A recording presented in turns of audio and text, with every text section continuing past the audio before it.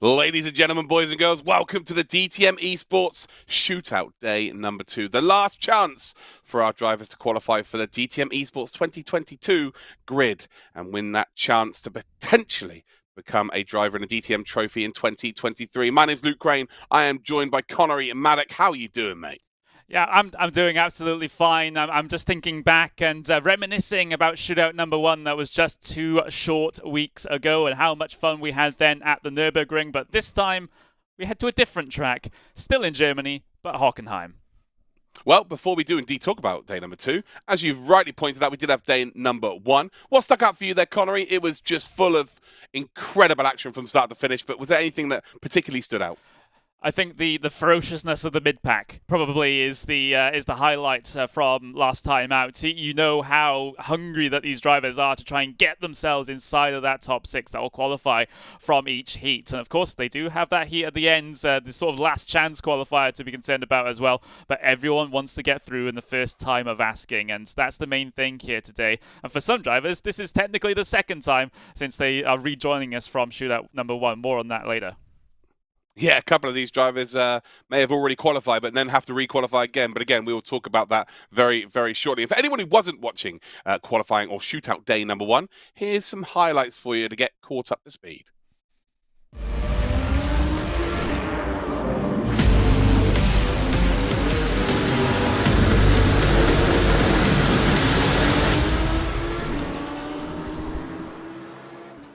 Then, as we do go green light racing, Moritz Lerner does start in P8, and a couple of drivers there not quite getting off the line. Lots of smoke, though, being chucked up in the air is Marko Pejic, who has made a move for the lead, has the inside line in that AMG, and you can see the Fiducci then's going to be hung out to dry there in that multicoloured Audi. And I tell you what, they are side by side here, and it's a brilliant bit of work there actually from Fiducci. He's kept the overlap there. It's brilliant stuff there from Fiducci. Well, this is the battle for that crucial, or rather getting towards that crucial top 5 point, but just look at how they're fighting wheel to wheel for it, though. Moritz Lerner and Alexander Dornaden going side by side. Dornaden got the back end out a little bit. Of course, cold tyres. Lerner's made a lovely move up the inside here, then from P6, and he's got past Pfeiffer up into P5. Then again, that is the bubble position, isn't it? P6, you don't really want to be there. It's all about making a statement sometimes, and here comes your race leader then on the final lap through the final corner here, Luke. Fiducci does it.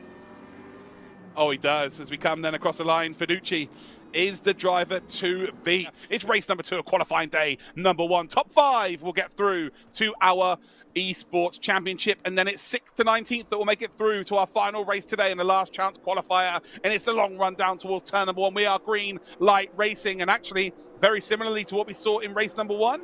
Looks like the leader hasn't got the best of starts, but the second phase by Siggy was absolutely incredible. But look at this lunge up the inside then. Yarshall and Siggy have a bit of contact there. Yarshall's going to hold on to it there. And it will indeed impede him on the exit. And Isaac Price has got a great run here on the Scandinavian. And he's up the inside of the Swede. And Isaac Price then, we know, if he finds himself in an opportunity, he is absolutely opening that door for sure.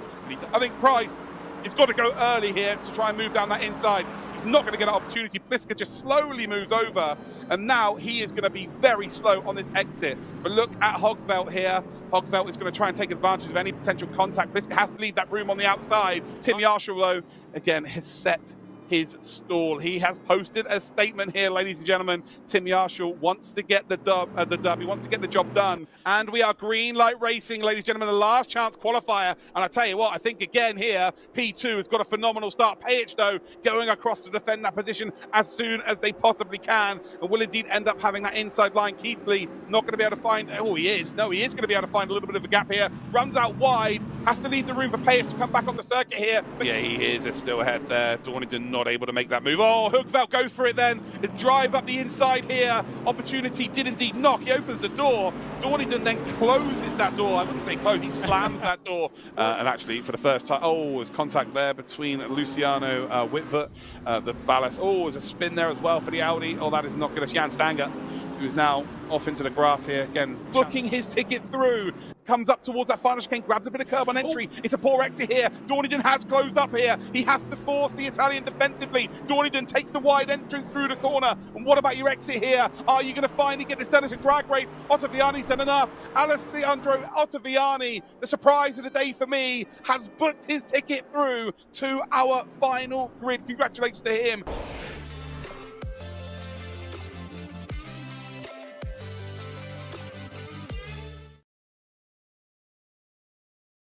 heats there, which was absolutely outstanding. But two things stuck out for me. Ottaviani, who actually had a really good Le Mans Esport this weekend as well. He came out of absolutely nowhere for me personally. And Moritz Lerner, it wasn't as easy as we probably would expect from a DTM Esports champion, our current reigning champion, who is racing in the DTM trophy right now. He qualified pretty poorly, had to make a couple of overtakes to get into those spots ready for our championship, but it just was not plain sailing. Yeah, it just wasn't. But, you know, there are other chances to try and get yourself through. This is basically the last chance for drivers in a similar situation to try and get themselves through. But, yeah, I'm very much looking forward to today. If it's anything like a couple of weeks ago, then I think we're in for a good ride.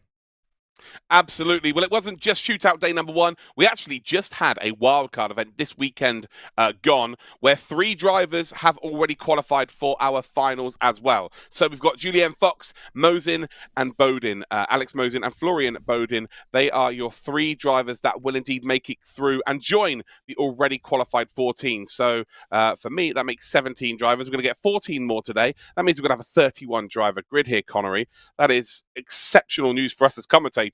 But yeah, for people watching at home, it's going to be an incredible championship. Yeah, I definitely think so too.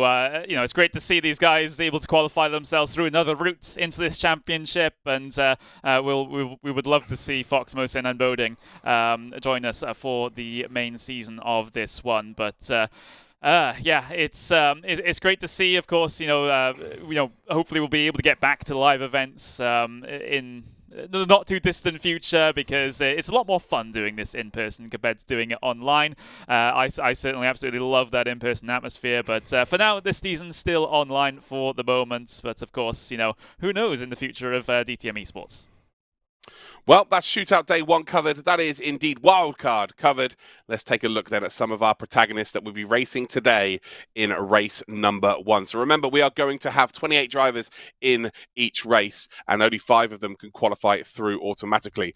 2 talking points here. Marco Pajic, Isaac Price, they already qualified last time out, or so you would have thought. They actually both got disqualified for not turning up to the driver's briefing beforehand. It's very important to show up to the driver's briefing. It shows respect to all the rest of your fellow drivers and knowing exactly what is going down.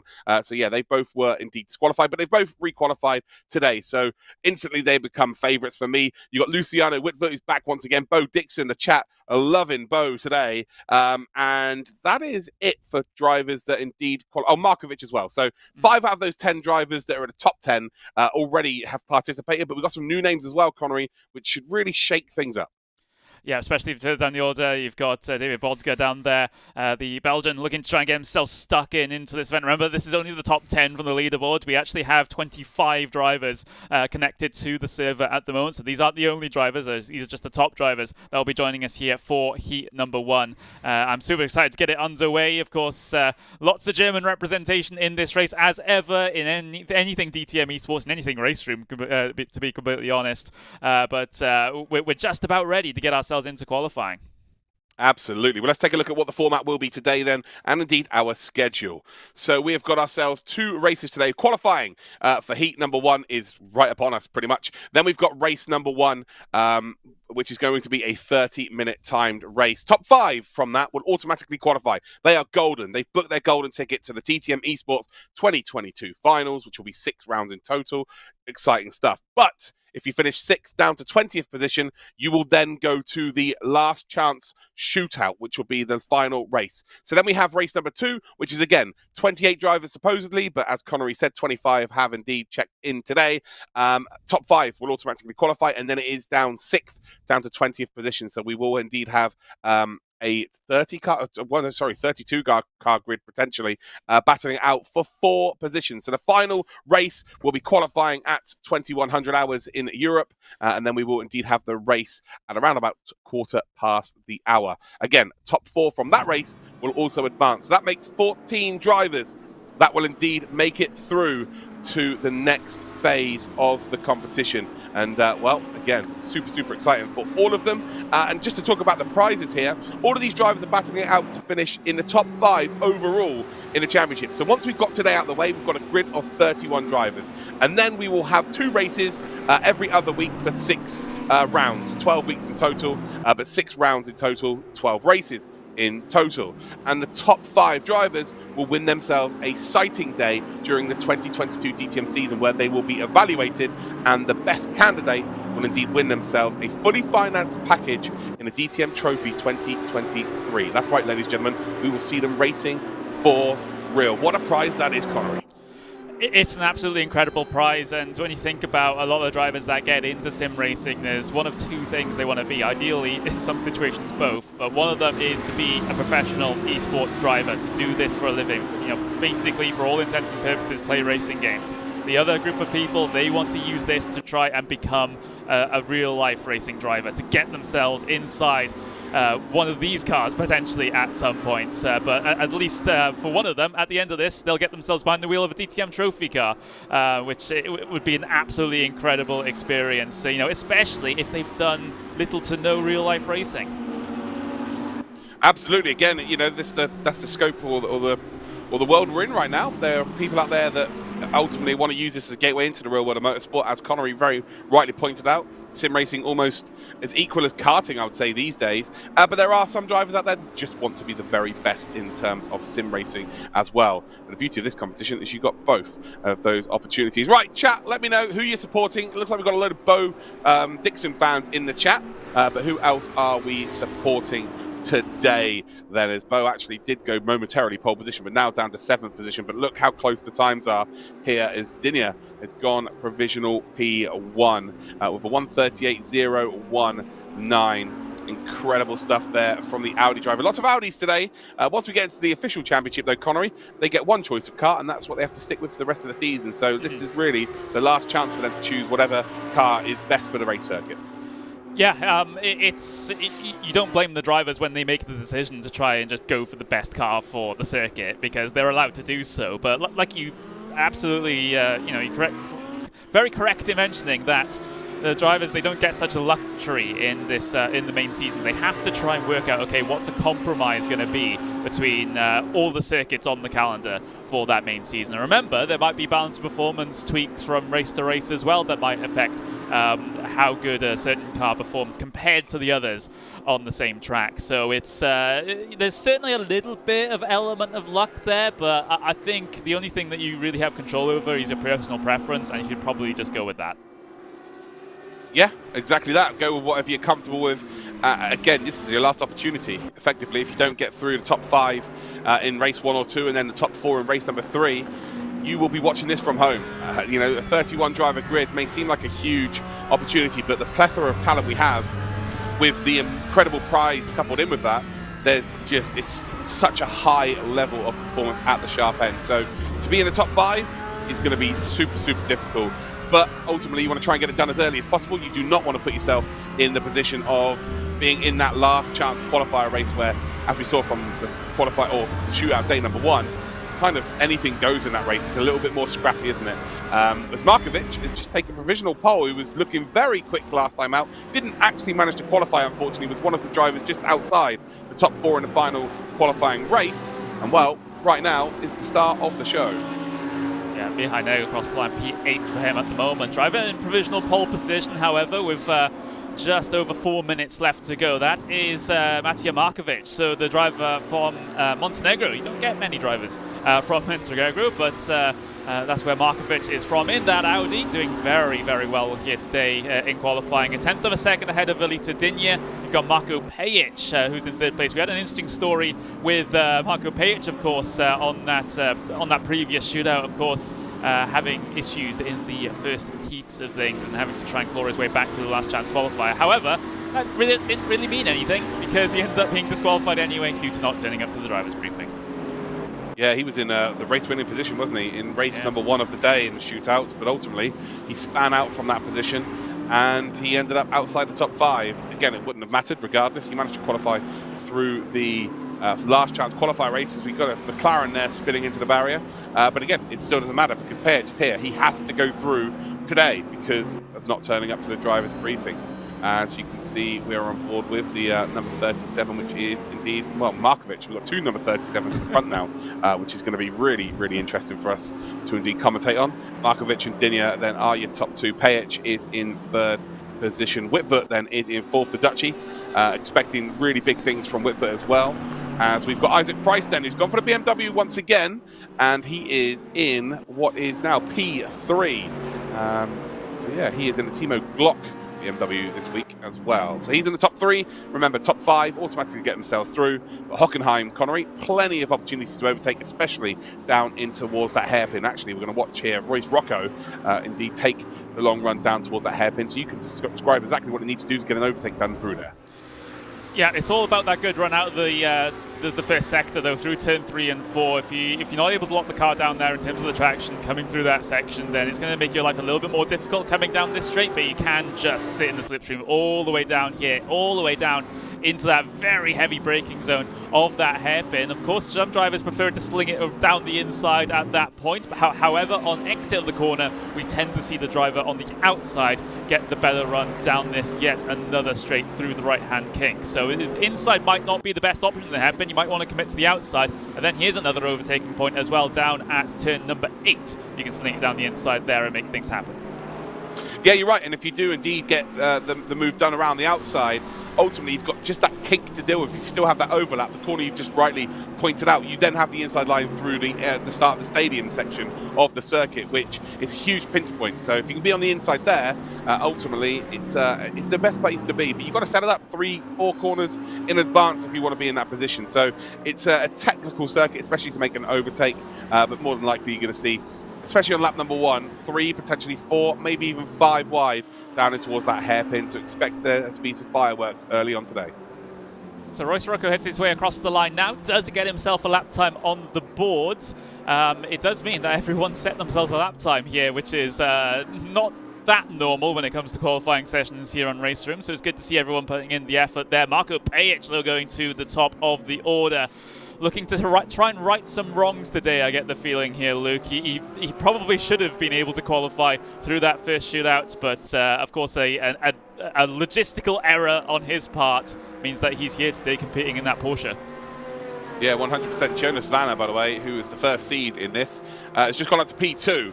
So, yeah, you're expecting to see Pejic, Vanna, because of the pace they showed in the qualifying. Markovic, Dinya, then we've got Mihail Neg as well from Romania as your top 5. And then you've got someone like Isaac Price, who finds himself outside of that top 5, which is ridiculous to me. But I think really what tells this lobby apart from everything else is that someone like Bo Dixon is in P12. Like this guy, I watch him week in, week out. He is ridiculously quick, and he finds himself outside the top 10. This is a lobby worthy. Frank Van Roon, 23rd, like a ridiculous grid here. But this is genuinely a session that's worthy of a final. It is that close. And obviously people who missed out last time, Connery, they would obviously may have watched their friends or they've been told about their friends. Like, you need to get in here. You've got one more chance to qualify. And they've all come in their droves. Yeah, it's, like I said to you before the start of the broadcast here, look, this is a very, very stacked field. Both the first year that was stacked, this one's stacked as well. There's a lot of talent out there here today. Of course, we'll touch on some of the same topics that we touched on, of course, in the first shootouts where, for example, if you're in the race lead, you don't necessarily want to try and fight or defend from second place because it's the top 5 spots are going to be the ones that are safe. However, if you are on that bubble, so to speak, if you are 5th, if you are 6th, that is where the pressure cooker is in this race. Let me tell you that, because you have to have your wits about you. Yeah, absolutely. Again, this is the unique factor of this is P1 and P5 are worth exactly the same. So if you're in P5 and you're comfortably there, but you're right behind P4, it's not worth trying to make a move unless you're being pressured from behind. So that's the real unique factor here. But also there's going to be a battle to be in that top 20. So you're going to be looking at 25th, 24th, 3rd, 2nd and 1st are all going to be looking to try and get into that top 20 just to get themselves involved, because you do not know what's going to happen in any race, Connery. There could be a massive pile-up somewhere, and you may find yourself in that front 4 in the last chance qualifier. But that could also happen in race number 1 here as well. So plenty of factors here, plenty of opportunities for these drivers to indeed advance through to our grand finals, and I am super, super pumped for this. Absolutely.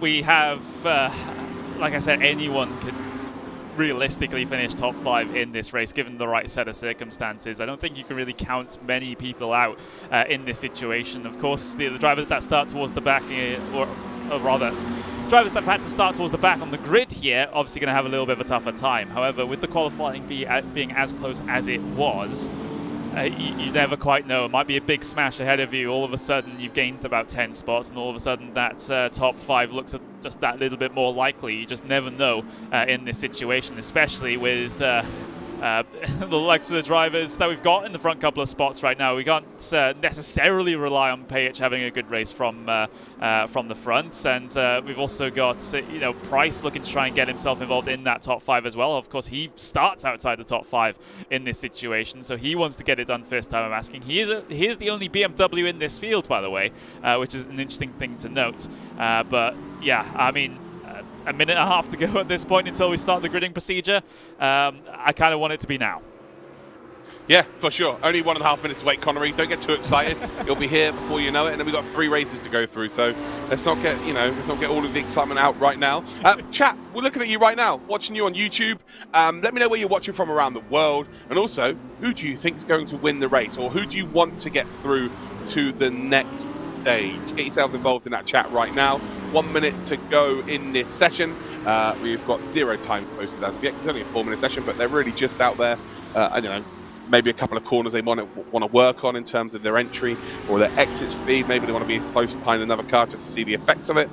We've got their Massimiliano Pagano in the number 7 there, down in towards the hairpin. And I do firstly want to mention that if my voice sounds a bit nasally, I'm not very well, guys. So I can only apologize for that. I'll try my very best to get through this and whatnot. But yeah, I'm struggling at the moment. Connery has been an absolute superstar. He'll be able to help me out here. But yeah, I apologize for the sound of my voice. If you're normally complaining about the sound of my voice, well, there's not a lot I can do about that. That's just my voice. But today, I'm not very well. So Connery, 30 seconds to go. Then the gridding procedure happens, and then it's a 30-minute timed race. Absolutely. The tension is pretty up there at this point. Of course, drivers, like you said, getting the sort of last couple of little bits of practice in. Of course, these guys would have been practicing for weeks and weeks and weeks for this. So, maybe an extra couple of minutes not really worth all that much. It's more to try and get your head in the game good, so to speak. Just get yourself in the zone and look to try and go racing here in just a handful of moments' time. That's the attitude the drivers will be taking to this. Of course, they've gotten the results of qualifying now. They know where they're starting on the grid. They'll formulate a game plan in their head now, Luke, as to how to approach the 30 minutes to come. Yeah. Exactly that. Here we go then. They've got 60 seconds to get themselves on the grid, and then we are ready to rock and roll for race number 1. Remember, the top 5 are what we're looking for here. So top 5 will indeed qualify through to the DTM Esports 2022 Championship grid, and then we've got to be looking at 6th position down to 20th, because they will get a second chance later on today. So again, if everybody gets onto the grid sooner rather than later, we will indeed see the lights appear at the top of your screens. Oh, DTM Esports Championship. It's like 2 warm-ups we've had, plus the wild card as well. We've not even started the main championship yet, and we have got incredible frantic action for you. This is great stuff. As you can see, there's a few people in the crowd. They're all excited. We will actually be at Hockenheim in the DTM Canada for real this year, and it will be the finale of the championship. So looking forward to that. But here we go. We've got ourselves 25 drivers, 30 minutes of racing, waiting for those red lights to indeed appear. Then it goes green. But the DTM Esports Shootout Day number 2 is about to indeed go down. And we are green light racing here, and Payich in the Porsche has got an incredible start there. And that's got a nice ring to it, Payich in the Porsche. As we head then down in towards turn number 1, Vanna is indeed going to hold on to P2. Then there's 2 Audis of Markovic and Dinner, who is going to be in P3 and P4. There's so many changes of position in the background. Isaac Price then holding on to that top 5. And then we've got Neg trying to indeed impose himself there, but Price goes defensively in the BMW. And then we have just got a cluster of Audis with 1 McLaren there, just outside that top 6 here. And they're all costing each other time as one car, as an Audi, is facing the wrong way, which is not ideal.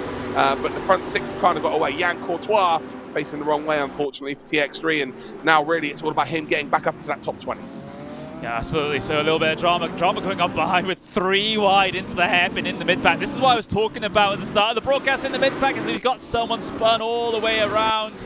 Didn't quite spot who that was. It might have been Marcel Seeger towards the back of the field now in P21. He gets cycled back into that position. So we've had a couple of incidents happen early on here. Luke, but it seems like the vast majority of the front of the field at least have survived any further drama on this first lap, as you start to see Marko Pajic trying to pull away already. He's already got 0.7 of a second on Jonas Vanna here, so he must have strapped some rockets to that Porsche or something to be able to get that gap that early. It definitely looks positive for him in this race, but coming towards the final couple of corners into the final sector, it's Pajic that leads from Vanna for Markovic, but Markovic has, well, a bit of a train behind him. We saw last week, or 2 weeks ago, should I say, that people who look after their tyres tend to be in a good shape with a couple of laps to go. Pajic is not one of those drivers that's too well known for looking after the tyres. Very quick, of course, out the gate here, but people like Isaac Price last time round came to attack very late in the race and were picking up easy opportunities really because they have indeed saved those tyres. But as it stands, it is indeed Pajic and Vanna. It was Royce Rocca, unfortunately, Rocco that indeed was falling back down the order there, the AMG that's facing the wrong way.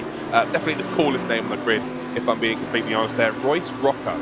That is an incredible name. Also, an American driver as well. We get 99.9%. They can drive. They're allowed to drive as well. Yeah, just to let you know. I'm definitely not debating that point. But usually, as we see another little cluster head their way down in towards the hairpin for the second time in this event. Yeah, American driver. So we're 99.9% European here in this series. But Rocco trying to represent the States. But unfortunately, towards the back of the order after getting involved in that instance in the early stages. Oh, look at this though, in the battle for P3, Alita Dinya and Matija Markovic really going at it. And now Price is looking to try and poke his nose in somewhere in that BMW. He's up into a qualification spot, however, in that P5, but he's being followed quite closely by Mihai Neg behind. Absolutely, and again, you know, Price, can you get a bit of insurance here? Get P4 or P3 with these two battling as intensely as they are. He absolutely would love that because right now he's got Neg just in behind the Romanian. Talking of Romanians though, it was Parvan in P11 that made that lunge down in towards the hairpin on the Audi and indeed got up into P11 on Bo Dixon. So Parvan making his move here, and he was actually like 58th seed through the time trial to get here. So that is an incredible performance to be up into P11 this early on. And again, it looked like it might have been a bit of a lunge, if you like, but ultimately hit the apex, didn't have any contact with Dixon there at all. It was a really nice move. But yeah, back to the top 5 here. Pajic gone, Vanna gone, Attila Dinya and indeed Markovic in the same Audi there, battling profusely. Like, it's an incredible battle from both of them, but they don't really need to be doing it.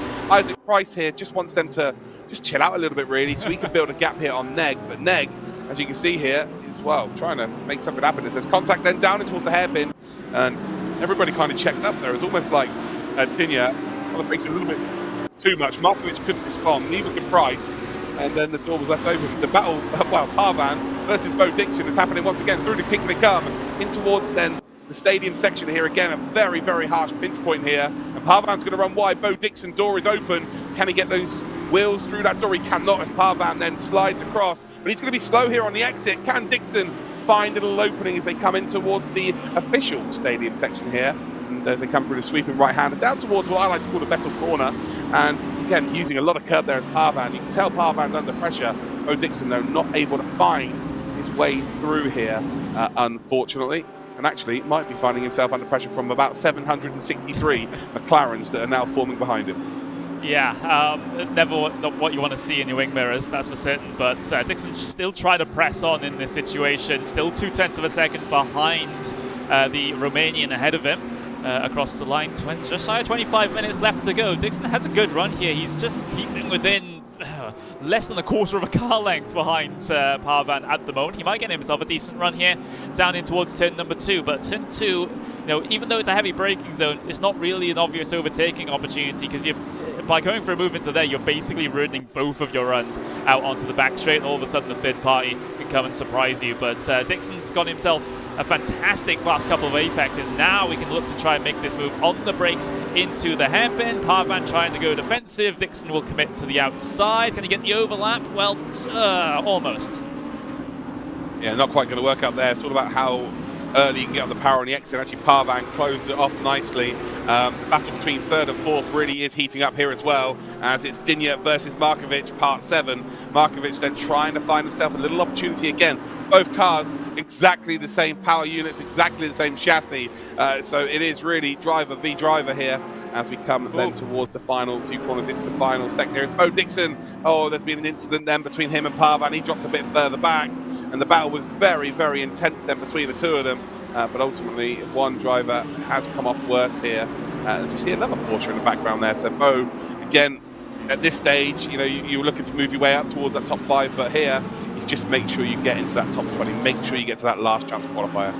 He's 17 at the moment, but he's got 18th and 19th behind him. He is a little bit more safe from Royce Rocco, who currently resides in that 20th spot, which is the final quote-unquote last chance qualifier spot, shall we say, back there in 20th. So it's not an awful situation for any of these drivers towards the bottom end of the top 20 just yet. It just means they just are kind of taking this as a little bit of a practice race for the eventual last chance that they'll get to qualify in the third race here today. Dixon still trying to pull off passes though, going around the outside, attempting around the outside of Luciano Wittvogt.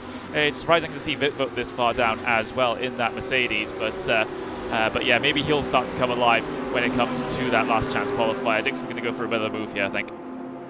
That poor Mercedes there, looks like I've sat on the bonnet of it. There's a big old crease on the front there as we see a move being made a little bit further up the order as well. And I think that might be Parvan involved in that again here, P11. Actually, it's a bit further back, actually it's between 13th and indeed 14th position as it stands. There we go, so Ralph Bringer is in position as Ralph Bringer in P18.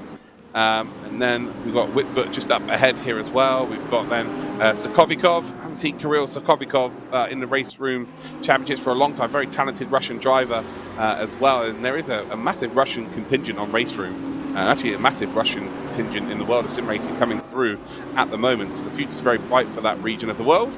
As we see Daniel Burke now in P12 and actually has got ahead of Parvan. No, Parvan's got away here, hasn't he? Yeah. Parvan's now P11 on his own, so he's now got a bit of room to work with, but needs to catch up to the top 10 if he wants to go through via the top 5. But as you can see here then, Burke is corking the bottle here. As he got a McLaren behind him, an Audi behind him, then an AMG, another Audi, an AMG, an Audi and a Porsche. So there's a group of 8 cars here all battling out to be in that top 12. Real battle on circuit, though, is indeed between 3 and 4. Attila Dinya and Markovic, they have been superbly close for what seems like now a good 3 or 4 laps, and they've battled incredibly, really considering that both their positions mean they qualify.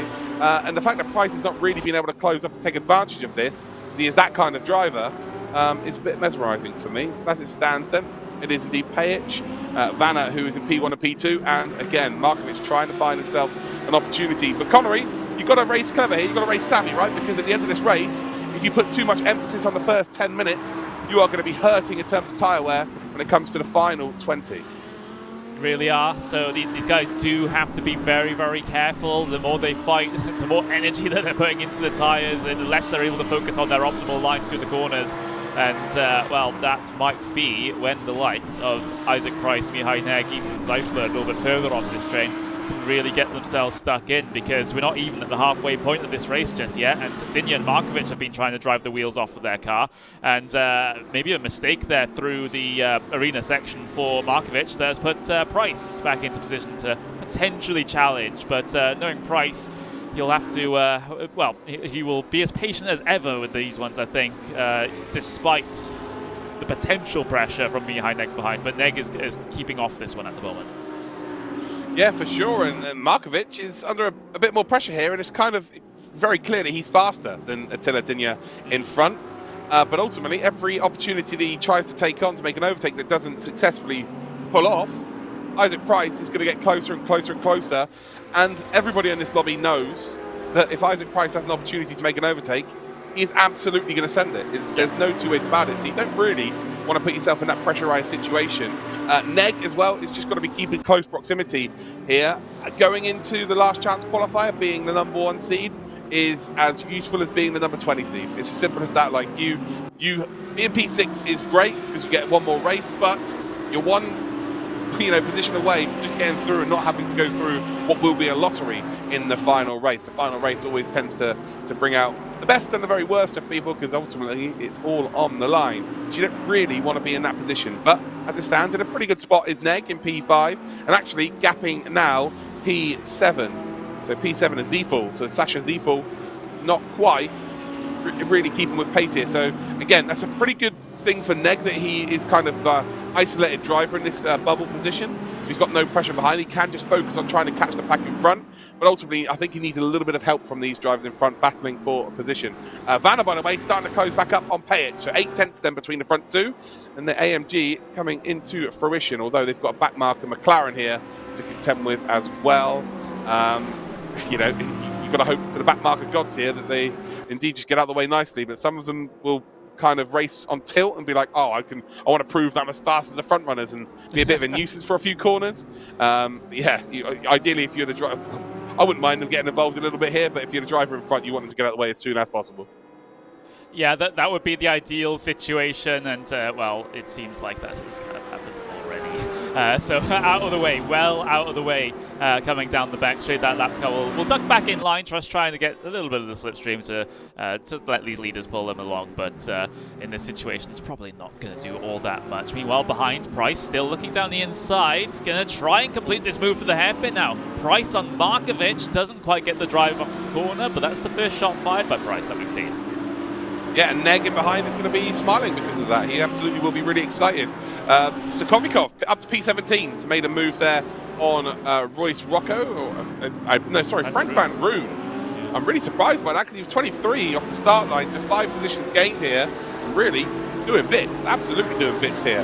So Sokovikov has got past all of these, as we see now Burka potentially losing a spot here to Luciano Whitbert. So Whitbert, of course, again, has got that very damaged AMG and was pretty unfortunate, had a pretty unfortunate shootout day one, and ultimately trying to right the wrongs here, but it's looking more and more likely that we're going to see them in the last chance qualifier race.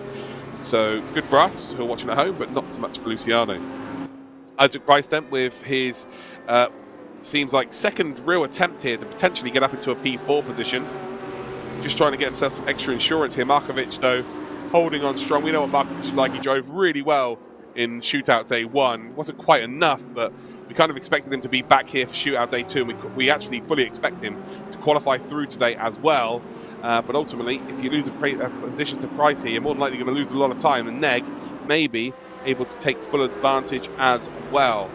Front two, still Payet and Vanna, 1 second between them. So Payet is definitely being held up there by that back marker, because he's starting to extend that gap here. But if there's anything we know about Payet, the last lap, when you're leading the race, doesn't always go to plan. I don't think we're going to live that one down, as we see. Jesus, Neg getting very, very close to the back of Isaac Price there through the hairpin. But you are right, though. Payet is going to have that little situation haunting him for quite a while. Of course, all the best drivers find ways to deal with that, find ways to just sort of shove that out of their minds and get on with the job. But it's always going to be there. It's always going to have an effect on the driver's psychology, of course. Having a look a bit further down the order, Mo Dixon still trying to recover after his trials and tribulations from earlier on in the race. He's up into P12 now, trying to fight it out with the Czech driver of Peter Daniel. Yeah, he's doing a relatively good job here, though, but Petter is going to make the move up the inside and make this very difficult for Bo, and squeeze so far out wide that Bo has to get off the power ever so slightly. Really good racing from both of them. Seems like there's a high level of respect here, but ultimately racing very hard indeed. And this is really all about psychology, because you're going to be racing against these drivers again in the final race of today, race number 3. And if you can put one on them now in the race, they know later on that, okay, this driver has one over on me. I know that they can overtake me, or I know that I can't defend from them. So psychologically, you're already beat. So yeah, Bo's going to be looking to try and do that really. Parvan is moved up to P10 here. So top 10 then for the Romanian. We've got 2 Romanians in that top 10. A Serbian, we've got a Brit in Isaac Price, we've got a Frenchman in P9, and then, well, as you would expect, we've got 5 Germans at the front there, which, again, like I said, you would expect for a DTM championship. It is a pretty German championship, should I say. Of course. But it's good to see the multinational representation that goes on here in sim racing. It's always something that's really worked to its benefit. It's not just Germans here in the DTM. You got, I mean, it's also not just Germans in the real world, of course, but it's great to see everyone from all parts of the world getting themselves involved here in sim racing, because all you need is an okay PC for race room, have a copy of race room, have the cars, and you can try and qualify. That's pretty simple. You don't have to go out and try and work your way through karting and with all the expense of tens of thousands of euros that you have to spend or find somehow to try and get into racing that way. It's a lot lower of a barrier to entry, this sim racing, and it might discover some talents that perhaps wouldn't have had the financial capability to be able to go through the usual procedure of getting into motorsport. Yeah, how mad is that? You've got to be looking at drivers such as Lando Norris, such as Lewis Hamilton, such as Kelvin van der Linde. These drivers have gone, from when they're, some of them 5-6 years old into a kart for the first time, and they're doing, they're 10 years worth of experience in karts before they even get a chance in a Formula or a GT seat. Whereas, effectively, a new driver is 3 steps away from driving a real car in this championship. Yeah. So, step 1, get the game in a sim rig. Step 2, qualify for this stage. Step 3, get into the top 5 in the finals, and then I guess there's a step 4 in terms of the evaluation of the best all round, I guess, when they evaluate the drivers again. I'm not exactly sure how that's going to be done, but you are legitimately a couple of months away, whereas it's 15-20 years preparation to become a professional race driver in real life. But yeah, here literally you could have your life changed within 2 months. It's crazy. And this is the world we're in right now. This is a viable option into the real world of motorsport. We're seeing it right now. Moritz Lerner, for instance, he legitimately got himself a couple of podiums this year in the DTM Trophy in his first season. And, wow, how did he get to DTM Trophy? Well, he got it because he won DTM Esports. He got a test in DTM Trophy. The team liked him. They gave him the first week in Monza, said, look, go out there and show us what you're capable of. And then the actual sponsor of the DTM Media, Markt, came in and sponsored his car for the season. They're like, yeah, you are good enough. Here you go. He's also in it again next season. So, yeah, it's amazing to see that there are these opportunities for drivers to showcase their skills. Look at the winner of the DTM Trophy this season, Ben Green. He comes from a sim racing background as well. He actually has a Ginetta GT4 that he crashed when he was driving in GT4 or the Ginetta Juniors back in the day as a sim rig at home. We've then got Will Tregertha, who was, just last week taking part in the Le Mans Esports Championship in sim racing. He came second in the DTM Trophy Championship. So, yeah, the esports and real world, in terms of DTM, because esports is one of the 5 pillars of DTM now, they really are going hand in hand right now. But anyway, back to the battles we're seeing on track here. Attila Dinya is still trying to hold on to this P3, and Markovic is still not able to get the job done, but he will be able to take a bit more of a risk here because Isaac Price is not close enough to take advantage if he fails. So that could be a big contributing factor here. Look at this on the power. Markovic on the power really, really early there. But all of a sudden, though, look at Negan behind of Isaac Price. These 4, again, all battling for 3 spots to automatically qualify them for the DTM Esports grid. And again, one of them is going to have to go through the last chance qualifier, which will be happening later on today. I am wondering if Mihai has been saving through the first basically 2/3 of this race, and he's going to go on a hard charge here in the final 10 minutes. It's going to be a big ask, especially when you're talking about trying to get past someone as strong as Isaac Price. However, never say never, especially if Price, starts falling off the back of the battle ahead of him. He's starting to reel it back in now, at least on that lap. But if he doesn't have the slipstream of those cars ahead, he's a little bit more of a sitting duck, which then Mihai can try and capitalize on and get himself up into a qualification spot from this first heat. But this is sort of bubbling along quite nicely at the moment, Luke. It's there's no absolutely crazy sends down the inside, outside, all over the place just yet, but it always has the potential, and Price has a run here down in towards the braking zone. Yeah, and I think Price will probably go for this here as he gets covered off as soon as I say that. Markovic then holds that inside line, but actually goes out and defends the outside here as well. But Price then will be able to get the power relatively early. You can see them all snaking out of the corner. But we're not going to see them absolutely go at it right now because 5th position is worth exactly the same as P1. You don't start any higher up on the grid when it comes to the DTM Esports later on this year. It is a case of just get yourself there. And Price is doing exactly that right now. He just wants to hope that he turned up to the driver's briefing, because that's the only issue from last time round. Pajic, Vanna, they're both in a good spot here as well. Same as Dinya, Markovic and Price. They will be the 5 drivers that qualify as it stands. And then you've got Neg, who leads the drivers down to 20th position. So 6th down to 20th. We'll be back later on tonight, where the top 4 from all of those drivers will indeed advance through. Again, we need to add then P6 to P20 from race number 2 as well. So there's 2 races tonight, but there's 3 opportunities for these drivers. A few questions in the chat. This is Race Room. This is Race Room on Steam. Definitely go check it out, ladies and gentle cars. Again, there's a free package you can download with lots of cars and lots of tracks, and also you can try all cars before you buy. Pretty cool system. So we're on board here with Isaac Price in that final qualifying position.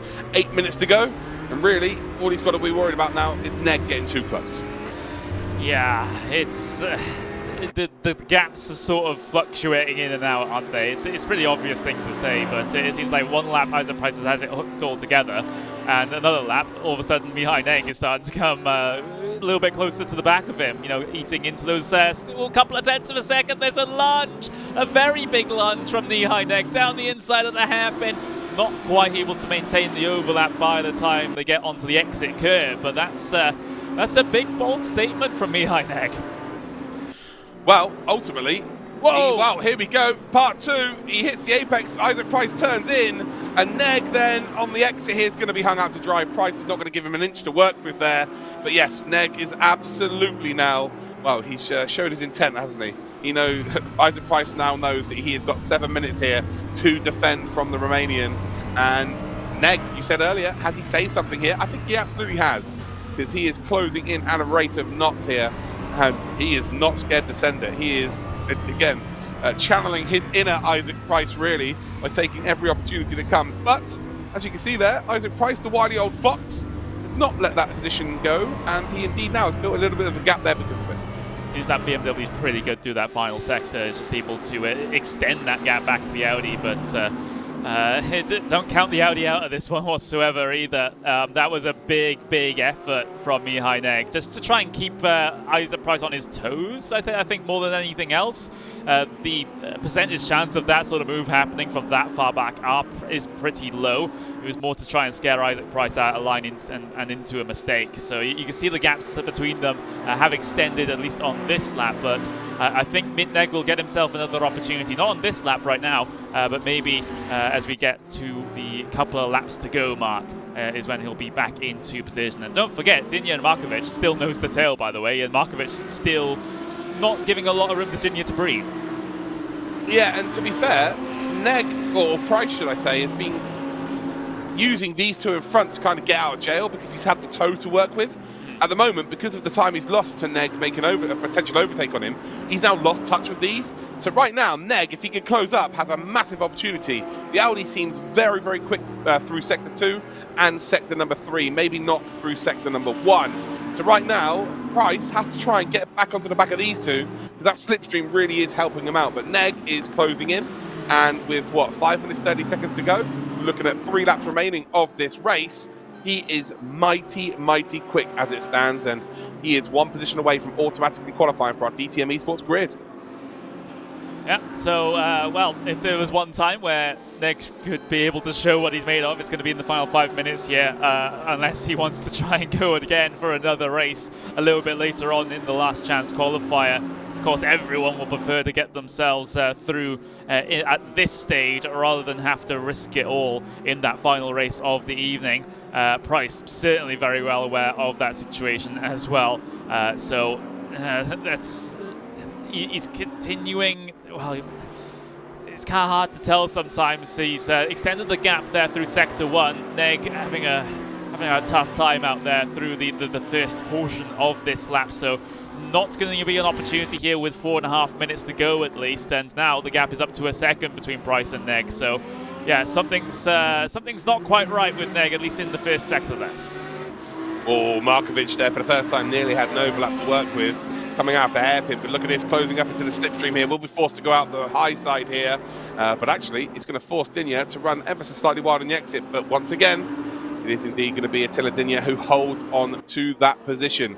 And realistically here, if you're Attila, you're thinking, why are you attacking me here? Let's just both qualify, let's just both get through.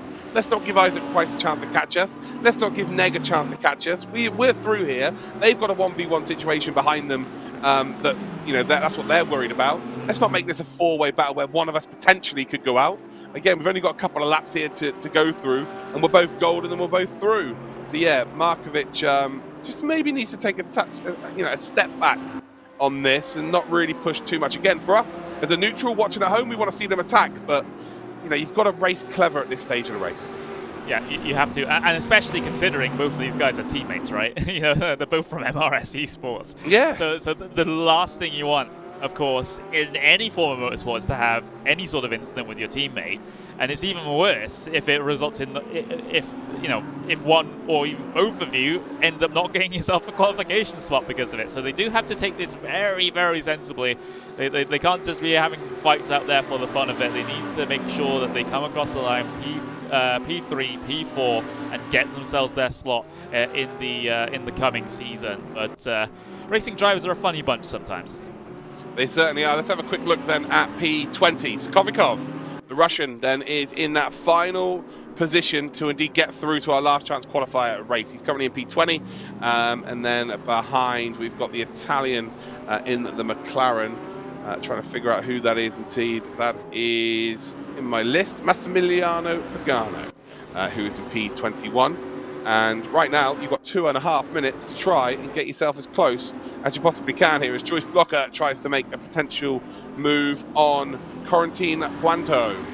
Not quite going to work out there as Puanto just about holds on to the position. But again, these two, it's not really going to help them get towards the front five. They're just putting on a bit of a show here. Again, this is more psychological going into the last chance qualifier race later on, where it's a case of, look, I beat you quite handsomely earlier on.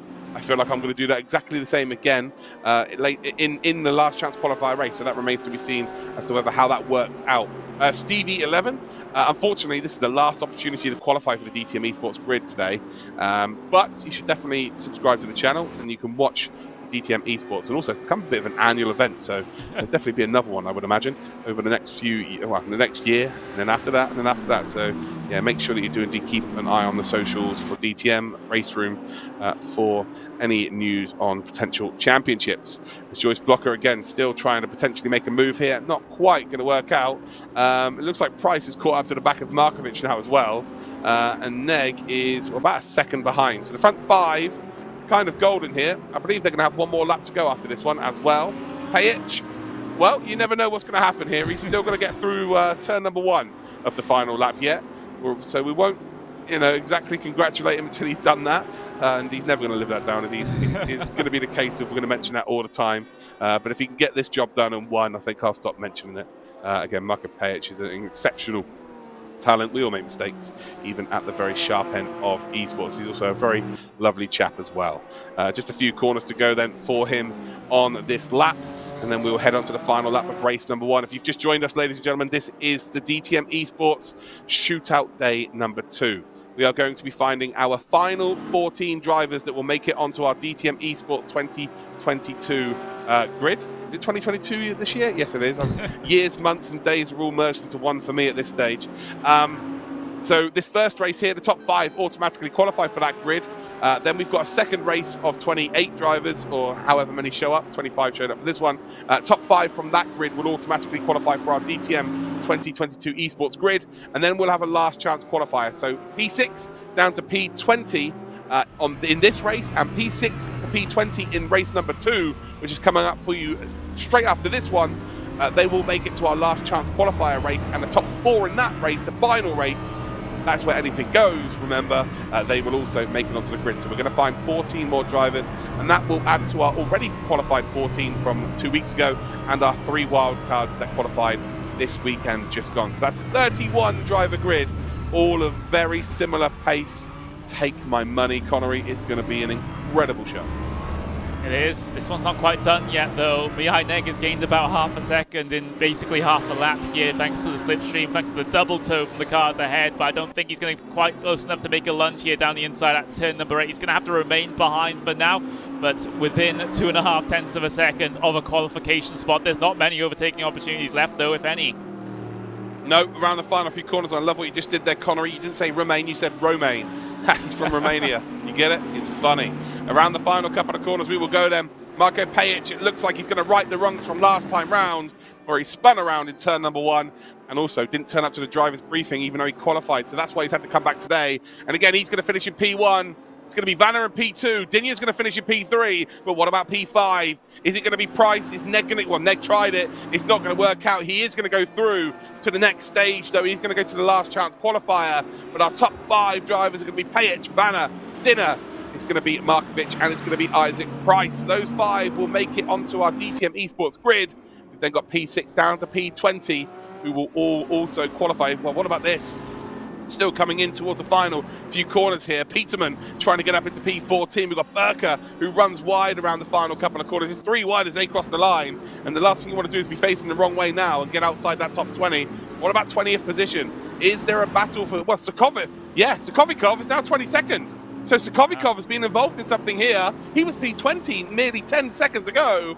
And ultimately, he's now down in P22. So I'm not sure what's happened there.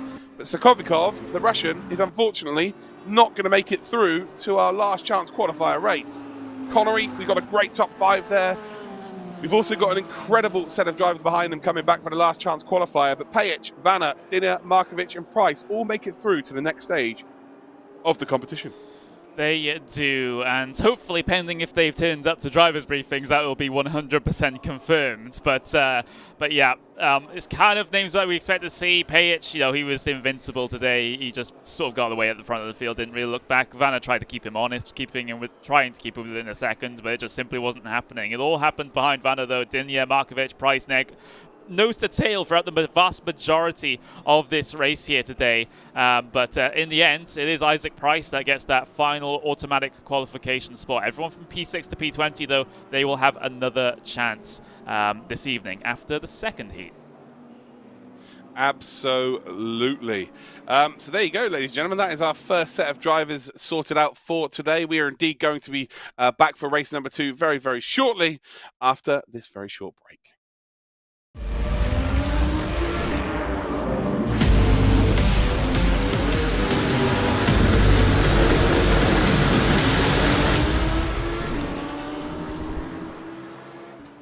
Then, as we do go green light racing, Moritz Lerner does start in P8, and a couple of drivers there not quite getting off the line. Lots of smoke, though, being chucked up in the air is Marko Pajic, who has made a move for the lead, has the inside line in that AMG, and you can see the Fiduci then's going to be hung out to dry there in that multicoloured Audi. And I tell you what, they are side by side here, and it's a brilliant bit of work there actually from Fiduci. He's kept the overlap there. It's brilliant stuff there from Fiduci. Well, this is the battle for that crucial, or rather getting towards that crucial top 5 point, but just look at how they're fighting wheel to wheel for it, though. Moritz Lerner and Alexander Dornaden going side by side. Dornaden got the back end out a little bit. Of course, cold tyres. Lerner's made a lovely move up the inside here, then from P6, and he's got past Pfeiffer up into P5. Then again, that is the bubble position, isn't it? P6, you don't really want to be there. It's all about making a statement sometimes, and here comes your race leader then on the final lap through the final corner here, Luke. Fiduci does it.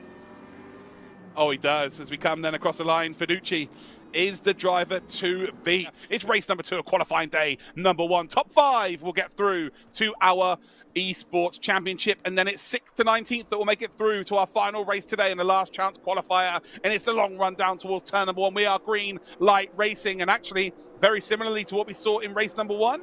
Looks like the leader hasn't got the best of starts, but the second phase by Siggy was absolutely incredible. But look at this lunge up the inside then. Yarshul and Siggy have a bit of contact there. Yarshul's going to hold on to it there. And it will indeed impede him on the exit. And Isaac Price has got a great run here on the Scandinavian. And he's up the inside of the Swede. And Isaac Price then, we know, if he finds himself in an opportunity, he is absolutely opening that door for sure. I think Price has got to go early here to try and move down that inside. not going to get an opportunity. Pliska just slowly moves over, and now he is going to be very slow on this exit. But look at Hogveld here. Hogveld is going to try and take advantage of any potential contact. Pliska has to leave that room on the outside. Tim Yarshall, though, again, has set his stall. He has posted a statement here, ladies and gentlemen. Tim Yarshall wants to get the dub.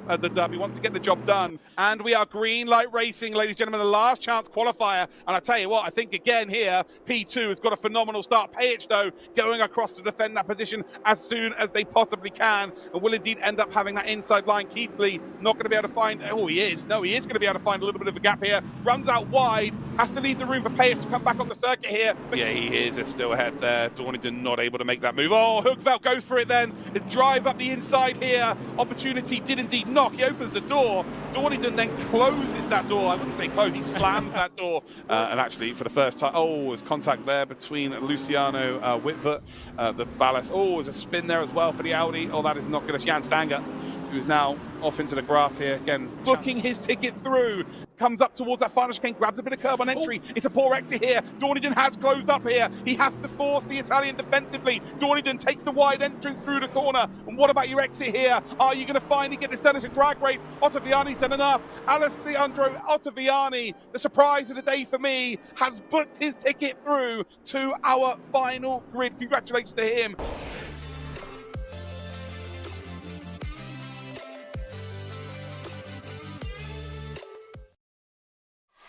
So there you go. There's what we saw from last time out. That was Shootout Day number 1. We just had race number 1 from Shootout Day number 2. And now it's time for race number 2 of the day.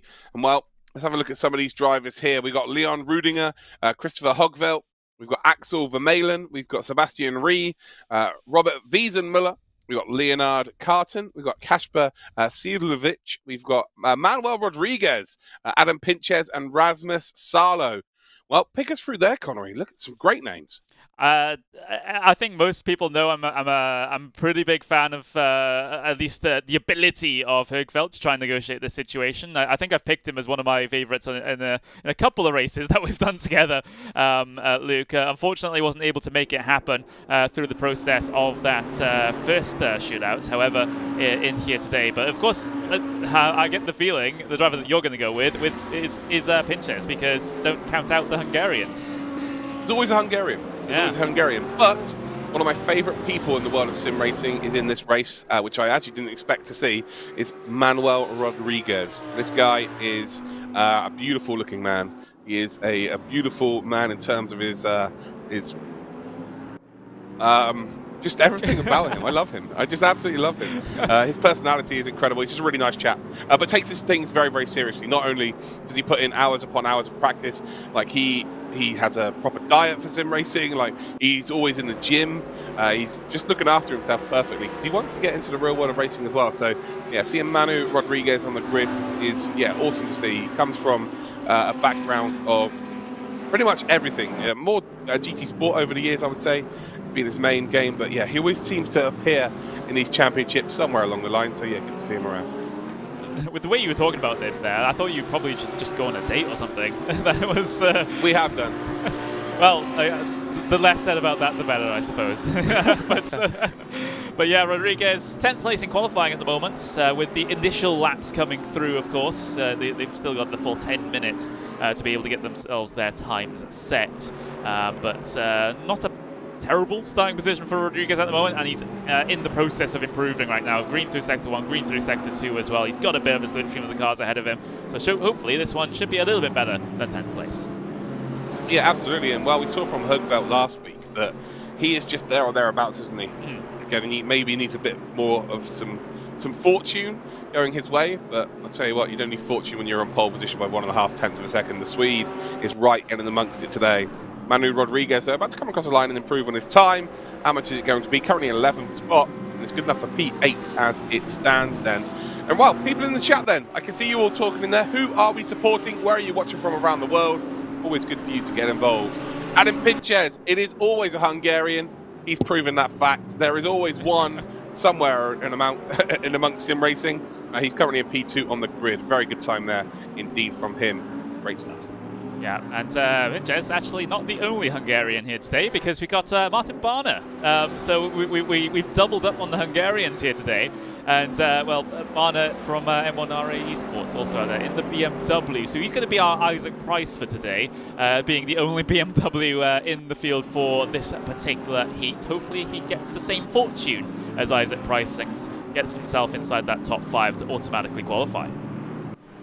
Yeah, Martin Barner, expecting to see him right up there in the top 5 at the very least. He is very well known in the world of race room esports, as same as Adam Pinches. But again, if you're looking, I'm looking at these two driver lists here from race 1 and race 2. And race 1, you're thinking, oh, absolutely, that is head and shoulders the stronger of the two heats. And then you actually see the names and them go around qualifying here. In this, you think you're not too sure, right? Like, both are just ridiculously stacked fields. Yeah, they really are. And, like we've just been harping on about time and time again, this is the top level of race room. Many of the top level drivers in sim racing in general as well, although it is kind of difficult sometimes to try and compare across sims, because different sims behave in different ways sometimes, even though they're all trying to be as realistic as possible. That's a whole podcast discussion, I suppose, there, Luke. Oh, yeah. But yeah, at least here on Race Room, these are some of the top guys. And, well, Christopher Högfeldt out there, Purple through Sector 1 on this lap, so it looks like he's going to be, pretty close to improving on his provisional pole position setting time. And the Purple Sector through Sector 2 as well certainly points towards that. Yeah, chosen a different car this time round as well. He was in the Mercedes, right? The AMG last time out, if I remember correctly. This time out in the Audi, and looking very quick indeed. And whoever's in that McLaren in behind is not going to be too far off as well. So interested to see who that is actually in that McLaren, because they've been right behind pretty much this whole lap. So they're going to be going fast if Högfeldt's going fast.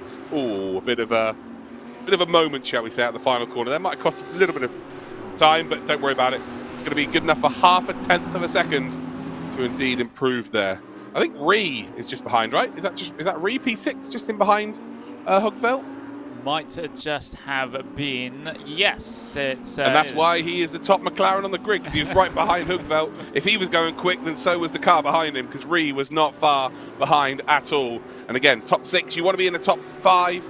You're just behind Rudinger, who's one of the more well-known drivers from the race room community. We've got a Salo then on the grid here as well, down in P10. It's not Mika Salo, but yeah, we do have a Salo all the same. Again, if you want to win, you hire a Finn, right? And currently in P10 is Salo, Rasmus Salo there. So could they potentially get themselves up in the running for the top 5, as Rudinger actually goes a little bit faster here and goes up to P4. Look how close the times here. It was actually 1.5 seconds for the first session between first and last, and right now it's 1.4. So the field are a little bit closer here, but look how close it is in the mid-pack. Like, that's where you want to be looking from. Let's check out from 6th down to 20th, right? So that's the battle for position in terms of if they finish in that order, they will not go through in this race, but they will be back for the last chance qualifier. There's 6 tenths between them. Like, it is ridiculous how close everybody is. I saw a couple of people in the chat supporting the Macedonian driver Latkovsky, who's currently P21. As well, a Macedonia flag is probably my favorite flag in the world, and you don't see it very often in sim racing. But you do see it every now and again in race room.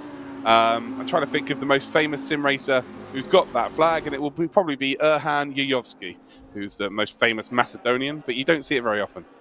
Yeah, I've just spotted Rasmus Salo, the Finn, getting himself up into P11 at the very dying moment of qualifying. So just that little bit closer to the top 10, of course. Like we've said many times before, it's the top 5 from these heats that get themselves through to the main DTM Esports competition. But there's the rundown of the starting grid then for heat number 2. And, well, we'll get a little bit of a break here in between the qualifying and the race as well. Just gives us a little bit more time to perhaps rest your voice a little bit, Luke, because you're, of course, struggling with the illness. With the illness, yeah, don't worry guys, I just got a cold, it's all good. But yeah, let's have a look at the highlights from, what was it, Shootout day number 1, which was a couple of weeks ago, indeed running into today.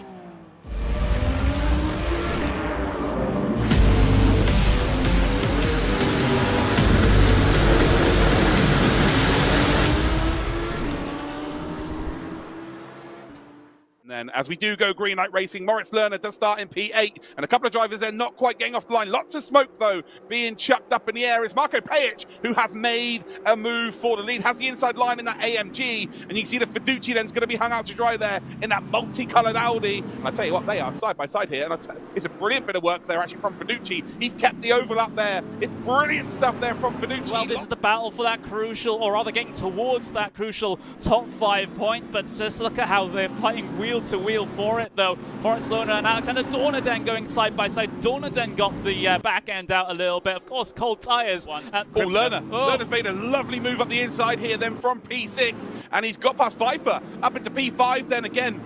That is the bubble position, isn't it? P6, you don't really want to be there. It's all about making a statement sometimes, and here comes your race leader then on the final lap through the final corner here, Luke. Fiduci does it. Oh, he does. As we come then across the line, Fiduci is the driver to beat. It's race number 2 of qualifying day number 1. Top 5 will get through to our Esports Championship, and then it's 6th to 19th that will make it through to our final race today in the last chance qualifier, and it's the long run down towards turn number 1. We are green light racing, and actually very similarly to what we saw in race number 1. Looks like the leader hasn't got the best of starts, but the second phase by Siggy was absolutely incredible. But look at this lunge up the inside then. Yashul and Siggy have a bit of contact there. Yashul's going to hold on to it there. And it will indeed impede him on the exit. And Isaac Price has got a great run here on the Scandinavian. And he's up the inside of the Swede. And Isaac Price then, we know, if he finds himself in an opportunity, he is absolutely opening that door for sure. I think Price has got to go early here to try and move down that inside. Not going to get an opportunity. Pliska just slowly moves over, and now he is going to be very slow on this exit. But look at Hogveld here. Hogveld is going to try and take advantage of any potential contact. Pliska has to leave that room on the outside. Tim Yarshall, though, again, has set his stall. He has posted a statement here, ladies and gentlemen. Tim Yarshall wants to get the dub. He wants to get the job done. And we are green light racing, ladies and gentlemen, the last chance qualifier. And I tell you what, I think again here, P2 has got a phenomenal start. Pejic, though, going across to defend that position as soon as they possibly can, and will indeed end up having that inside line. Keithley not going to be able to find, oh, he is going to be able to find a little bit of a gap here. Runs out wide, has to leave the room for Pejic to come back on the circuit here. But yeah, he is still ahead there. Dornaden not able to make that move. Oh, Hogveld goes for it then. The drive up the inside here. Opportunity did indeed knock. He opens the door. Dornaden then closes that door. I wouldn't say close, he slams that door. And actually, for the first time, oh, there's contact there between Luciano Whitver, the ballast. Oh, there's a spin there as well for the Audi. Oh, that is not good. It's Jan Stanger, who is now off into the grass here. Again, booking his ticket through. Comes up towards that final chicane, grabs a bit of curb on entry. Oh. It's a poor exit here. Dornaden has closed up here. He has to force the Italian defensively. Dornaden takes the wide entrance through the corner. And what about your exit here? Are you going to finally get this done as a drag race? Ottaviani's done enough. Alessandro Ottaviani, the surprise of the day for me, has booked his ticket through to our final grid. Congratulations to him.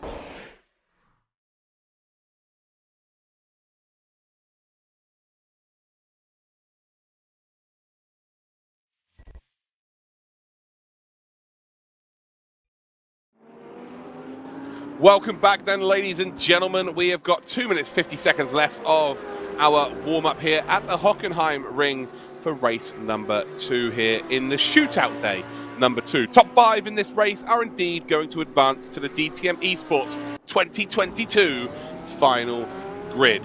And then 6th down to 20th will join 6th down to 20th from race number 1 in a last chance qualifier race, where the top 4 will also advance. We'll find 14 drivers going through today, and that will indeed make up our full grid going into the DTM Esports, which will be run over the next few months, where there'll be 2 races every 2 weeks.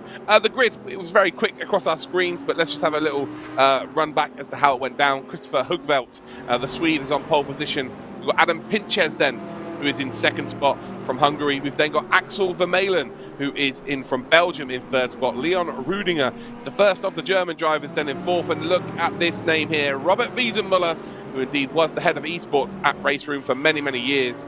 He is in a top 5. If he was to finish there, he would automatically qualify for the DTM Esports 2022. Leonard Carton starts in 6th. Sebastian Ree starts in 7th. We've then got Kasper Schieslewicz in 8th position. We've then got Nico Sonnel in 9th, and Martin Barner is always a Hungarian. There's 2 of them in the top 10 in 10th position.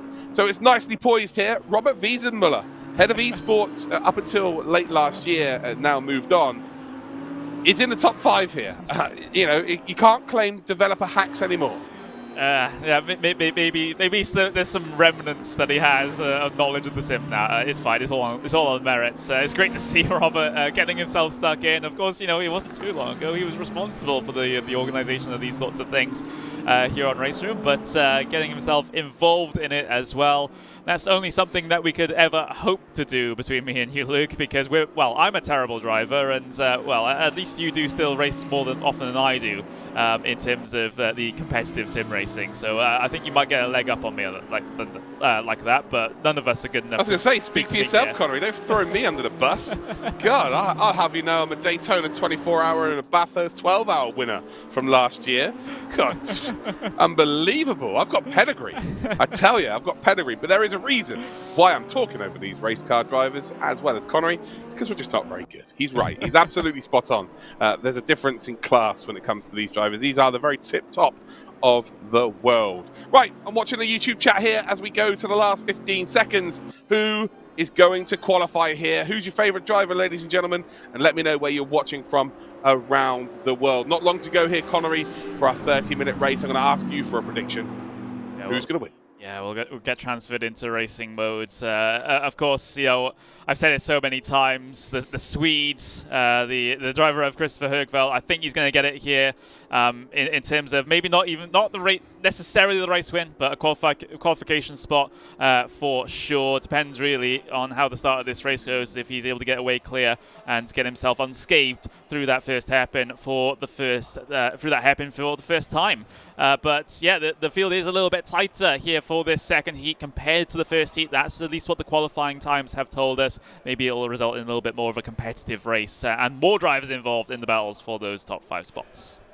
Yeah, I think we're going to see the top 10 really go at it today. I think this is going to be the race where, to be honest, compared to what we saw from Shootout Day 1, Shootout Day 2 has been less spectacular, if we're going to be honest. The racing, again, was hard fought in race number 1, but there wasn't really too many chances being taken.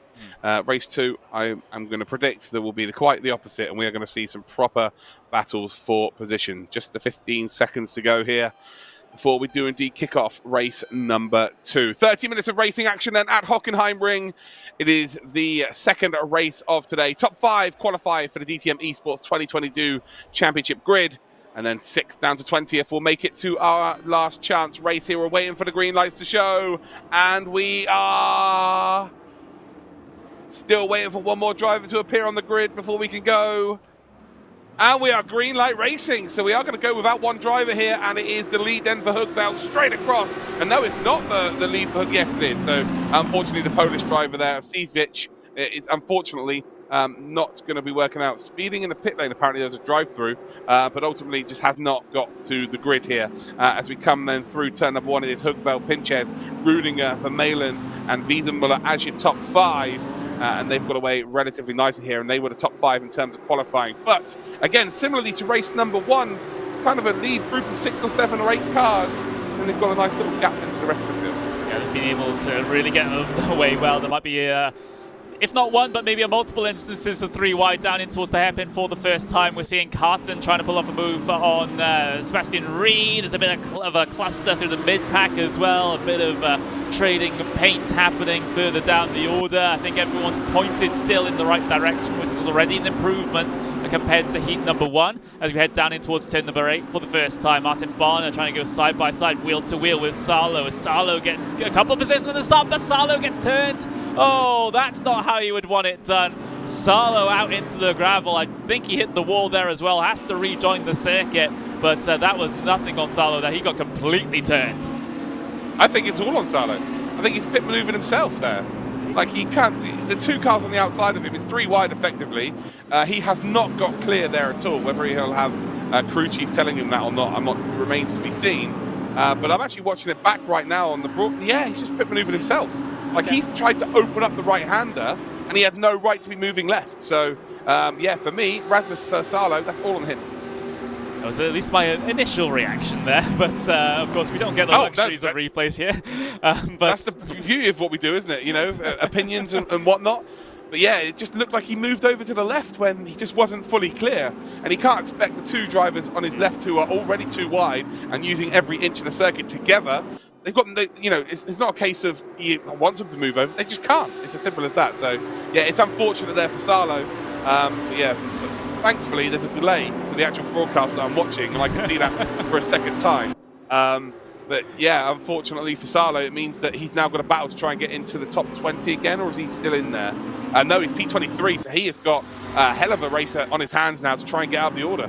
Yeah, here he is. At least he's got the train ahead of him. He's not too far adrift of everyone. Of course, he has to be careful of damage to that Audi as well. Looking okay as far as I can see, at least visually on the car, but sometimes damage can be a little bit more hidden than just some cosmetic bodywork damage, as we've seen the scrapping back here. Maximilian Lorenz just involved in the thick of things there, trying to squeeze through on a couple of drivers in that Porsche through the S's section, and now winding his way through into the arena, heading their way into the Sachs curve here in just a few moments. So battles on the outside of the top 10 here. Kuntze, here the French driver trying to fend off the Dane of Alexander Secker further back in 15th place. But in the end, all line astern coming through these final couple of corners. Lorenz still looking for that line on Fossetto this time, of Fosto. Yeah, Lorenz doing a pretty good job here of holding firm from behind, but also looking to attack going forward here in the Porsche. It's just not really coming into fruition here, although it's a really nice run through turn number one. It's going to be forced for sure to go the long way round in towards turn number two. Can Maximilian Lorenz make it happen? Late on the brakes there. Has he gone too late? Yes, he has. And he's actually now going to leave the door open and potentially lose out to his teammate, Ikuta, as you rightly pointed out there. And these three, again, you can almost high-five each other down this long straight down towards the hairpin. The Porsche just seems to have a little bit more poke than the Audi, albeit with a bit of slipstream as well here. Forced to go around the outside again. And can he potentially make the move stick this time round? Whoa. Oh dear, there's contact, and they're teammates, aren't they not? Yeah. I think they're teammates, aren't they? No, it's not. So Fosto is not a teammate there, and that was interesting to say the very least, but I'd need to see that again effectively, see whether indeed it was Fosto that moved across. Yeah, that was pretty messy. Yeah, that was a big loss of control there for Andre Fosto into the hairpin, and well, thankfully there's a decent amount of runoff. Someone's around again there, just trying to flick through. Was that? Yeah, it was Gregor Hudjek. Oh, Hudjek. Yeah, Gregor Hudjek, 23rd place now. So for the Slovenian driver, it doesn't look like it's gone at all well over the course of this second heat race in the AMG Mercedes. There's been a couple of fly stop to drop now. Yeah, watching Fosto's initial move back, he's gone very defensive and he's tried to force the drivers to go around the outside, right? And then he's got greedy and he's tried to open up the corner too much, and it was all on him. He just basically drove across the driver on the outside. And it's kind of like, if you make a defensive move and you're forcing them to go around the outside, you can't then expect to have all of the track to use. Well, Casper is indeed being disqualified there for ignoring a drive-through penalty for speeding in the pit lane, which is very, very unfortunate. Rob Board and Martin Barner, P8 as it stands, right behind Marie. And then they've got a little bit of a gap then up the order to the next driver. But we're going to see a potential move here. Yes, we are. Barner forced to go the long way round then. That McLaren is very, very long and deep. But I'll tell you what, Barner has played that perfectly. Not quite able to get onto the power, though, to make the move. But Sebastian Reed then holds on to P7. And ultimately, they're just losing time here, right? You know, as much as this is fun to watch and stuff, Leonard Carton, who's currently in P6, is going to be able to drive away here. But he's losing a lot of time then to the front five. As we're on board then with Maximilian Lorenz, who's looking to make a move here on Manuel Rodriguez. Or actually, I think it's Rodriguez is coming back through the pack, to be fair. As, oh no, Lorenz has cleaned out the Audi there. And that was, again, that was the Porsche basically being very greedy in terms of just didn't want to lose any time with the car making a mistake. Iku's the one that's made a mistake, and the Porsche is just not. There's a yellow flag effective situation there, right? And he's just not wanting to slow down through there. So there's contact between the two of them, and I think the Porsche's got away with it, right? I think Lorenz has got away with that. But ultimately, is there going to be damage to Porsche's car because of the contact there? I'm not too sure. But anyway, position gained. Manuel Rodriguez moves up to 13th position. And again, they're just not really that close to the top five, so it's very difficult for them to be fighting for that. But psychologically, what can you do here to put yourself in a very good position moving into the final race, if you like, the last chance shootout? Here's your leaders then. 1.1 seconds separating the front three. It's Vermeulen and Wiesenmuller that's very close here, isn't it? Fourth and fifth. Look at them coming down here. And it's kind of, if you're in P6 right now, if you're Leonard Carton, you're thinking, oh, can you two please battle for position just to give me a chance to catch up here? Then we can have a bit of fun. How clever are you going to race? I think Wiesenmuller is going to race as clever as he needs to. Again, he's I'm not saying he's old, but he's one of the older drivers in the grid. He's got a lot of esports experience in terms of watching it. Today, he's probably going to take a leaf out of the amount of times he's told drivers to race clever, and he will just be top 5, get yourself through, and you can move on. But yeah, again, Carton needs to try and close up here. Doesn't seem to have the outright raw pace right now. We saw earlier on in race number 1 how important it is to save some tyres towards the end of the race. So yeah, it'll be interesting to see where Carton is when it comes down to sort of 5 minutes to go. Yeah, Carton's in a very, very similar situation to Mihajnek from the previous race. He's in 6th place. He has a pair ahead that has the potential to have a little bit of a fight with each other. Although it wasn't successful for Neg in the end. He got so close. He put a good attempt in and got within a couple of tenths towards the end of the race. But how does Carton improve on that baseline that was set by Mihajnek in the first heat? How does he negotiate what is a very similar situation to that previous race? And of course, the two guys ahead of him are also different as well. I don't know whether Wiesenmuller is going to be overly aggressive with Vermeulen. I think he'll probably just try and sit pretty if he can, but then again, you're always watching the relative in these sorts of situations. You're seeing Carton remaining that 0.6 of a second behind. If you start seeing that start to reduce, then you get a bit worried. Yeah, for sure, absolutely. But you've also got to watch out for Martin Barner, who again is no stranger to Race Room Esports, who tries to make an optimistic move down towards the hairpin, and all of that hard work is just lost. Sebastian read the situation, let him come through, almost like he had a bit of red fabric and a ball was coming through. He's like, yeah, absolutely, you carry on. No problem whatsoever. And yeah, Barner stays in P8, and he's now got all that hard work to do to catch up once again. So that's making it more and more difficult here. With only 20 minutes, 30 seconds to go, you think a 30-minute race is quite a long race, really, considering sim racing. But 20 minutes is not a long time when everybody else is pretty much exactly the same pace as you. Yeah, it is. Usually you have these huge pace differences between drivers, even in the official ranked side of things, where it tries to attempt to group drivers together based on their skill. But sometimes the rift between drivers can be quite large. But it's only when you get towards these sort of competitive esports situations where you have an as close as a grid as is basically possible. Of course, things will be a little bit closer once we get to the main season, no doubt. But for this, it's raced a little bit differently compared to those regular races that these drivers will be taking part in a day-to-day basis. It's they can't just be going fast one lap, going slow the other lap, just being completely inconsistent. The consistency is the name of the game here when it comes to drivers that are this close together. Yeah, but also you've got to factor in it's a different prize today, isn't it? Top 5 go through. So it doesn't matter whether you're P1 or P5. They mean exactly the same, although Wiesenmuller has been caught here by Carton. So Carton has found some serious pace as it goes here, and Vermeulen may be under a bit of pressure as well. So if you're Wiesenmuller, you maybe now have to try and force a move here to get a bit of insurance, because the AMG here of Carton is flying towards the front 5 as it stands. Front 3 are kind of, especially the front 2, Pinches and Hugveld, 0.3 of a second apart. Pinches is a very experienced campaigner by now. You wouldn't expect him to try and make a move here unless it's really late in the race. You kind of just stick behind, and you're not really going to be expecting Rudinger to try anything too crazy as well, because they've all got a bit of a gap to work with in terms of the next group of 3. But this group here, this is going to get frantic again.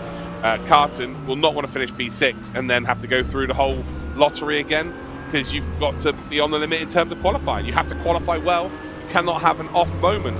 Again, being P6 right now, qualified well. Did Carton, he was P6 on the grid in terms of qualifying. So he's done, really, really well to be in this position, but just take a bit of pressure off yourself. You don't, oh, wow, how is he saved that? He should be off into the wall there. That's incredible stuff. And now you've got to take advantage of that. That could have been your race over. But now you're still here. you're just behind P5, you've got to take advantage of that bit of fortune. Yeah, heart-in-mouth moment for Carton there, just getting the car unsettled, completely out of shape over the exit curb through turn number 1. He's able to gather it up though and continue on with not all that much lost time compared to Wiesenmuller. He maybe loses an opportunity to get the overtake done into the hairpin, yes, but doesn't lose the slipstream. It remains within that second.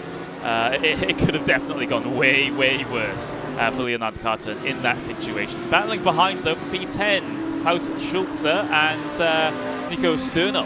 The two Germans deciding to fight it out here for a top 10 spot. No moves being made down in towards turn number 8, though, but Sternel did give it a little bit of an attempt at the hairpin. Has a little look here into the S's section, but we all know, well, that's a low probability move of happening.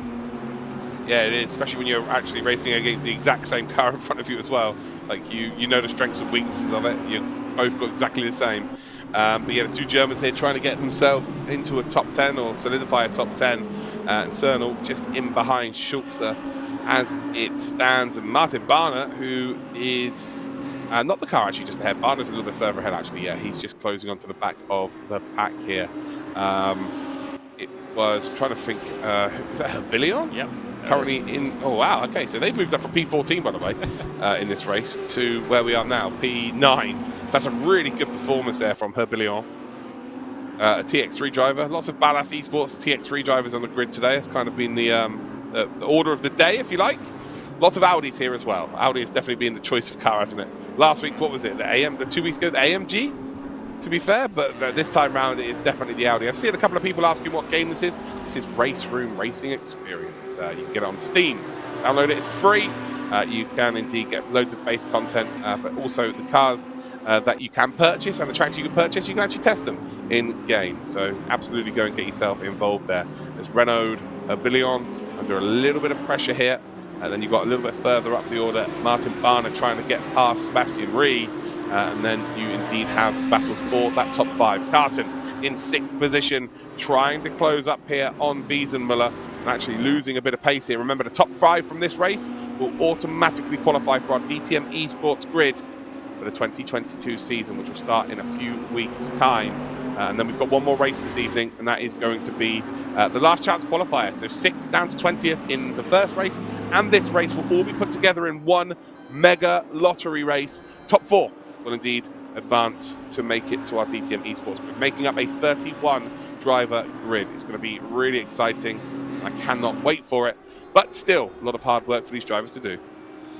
Yeah, still half the race to go, 15 minutes to be exact, and well, this battle for 5th place between Wiesenmuller, Carton, you know, you said it yourself, has extended somewhat as Carton has fallen off the back of this one a little bit. Of course, we saw that multiple times in Mihai Neg last race as well. You know, he was sort of getting onto the rear bumper, then dropping back, getting onto the rear bumper, then dropping back. So I think it's a similar situation here with Carton as well, just as the race ebbs and flows, but he needs to do something that Mihai Neg was not able to do, and that is execute the pass, get up into P5, and get inside that qualification spot. That's what's important here at the Heat. Of course, yes, you get that last chance qualifier as our 3rd and final race here today, but you want to be doing it now just to save yourself the stress, to be honest, in this situation. You don't want to ever be put in that final race, because you know it's all or nothing, and you never know what other drivers might do knowing that as well.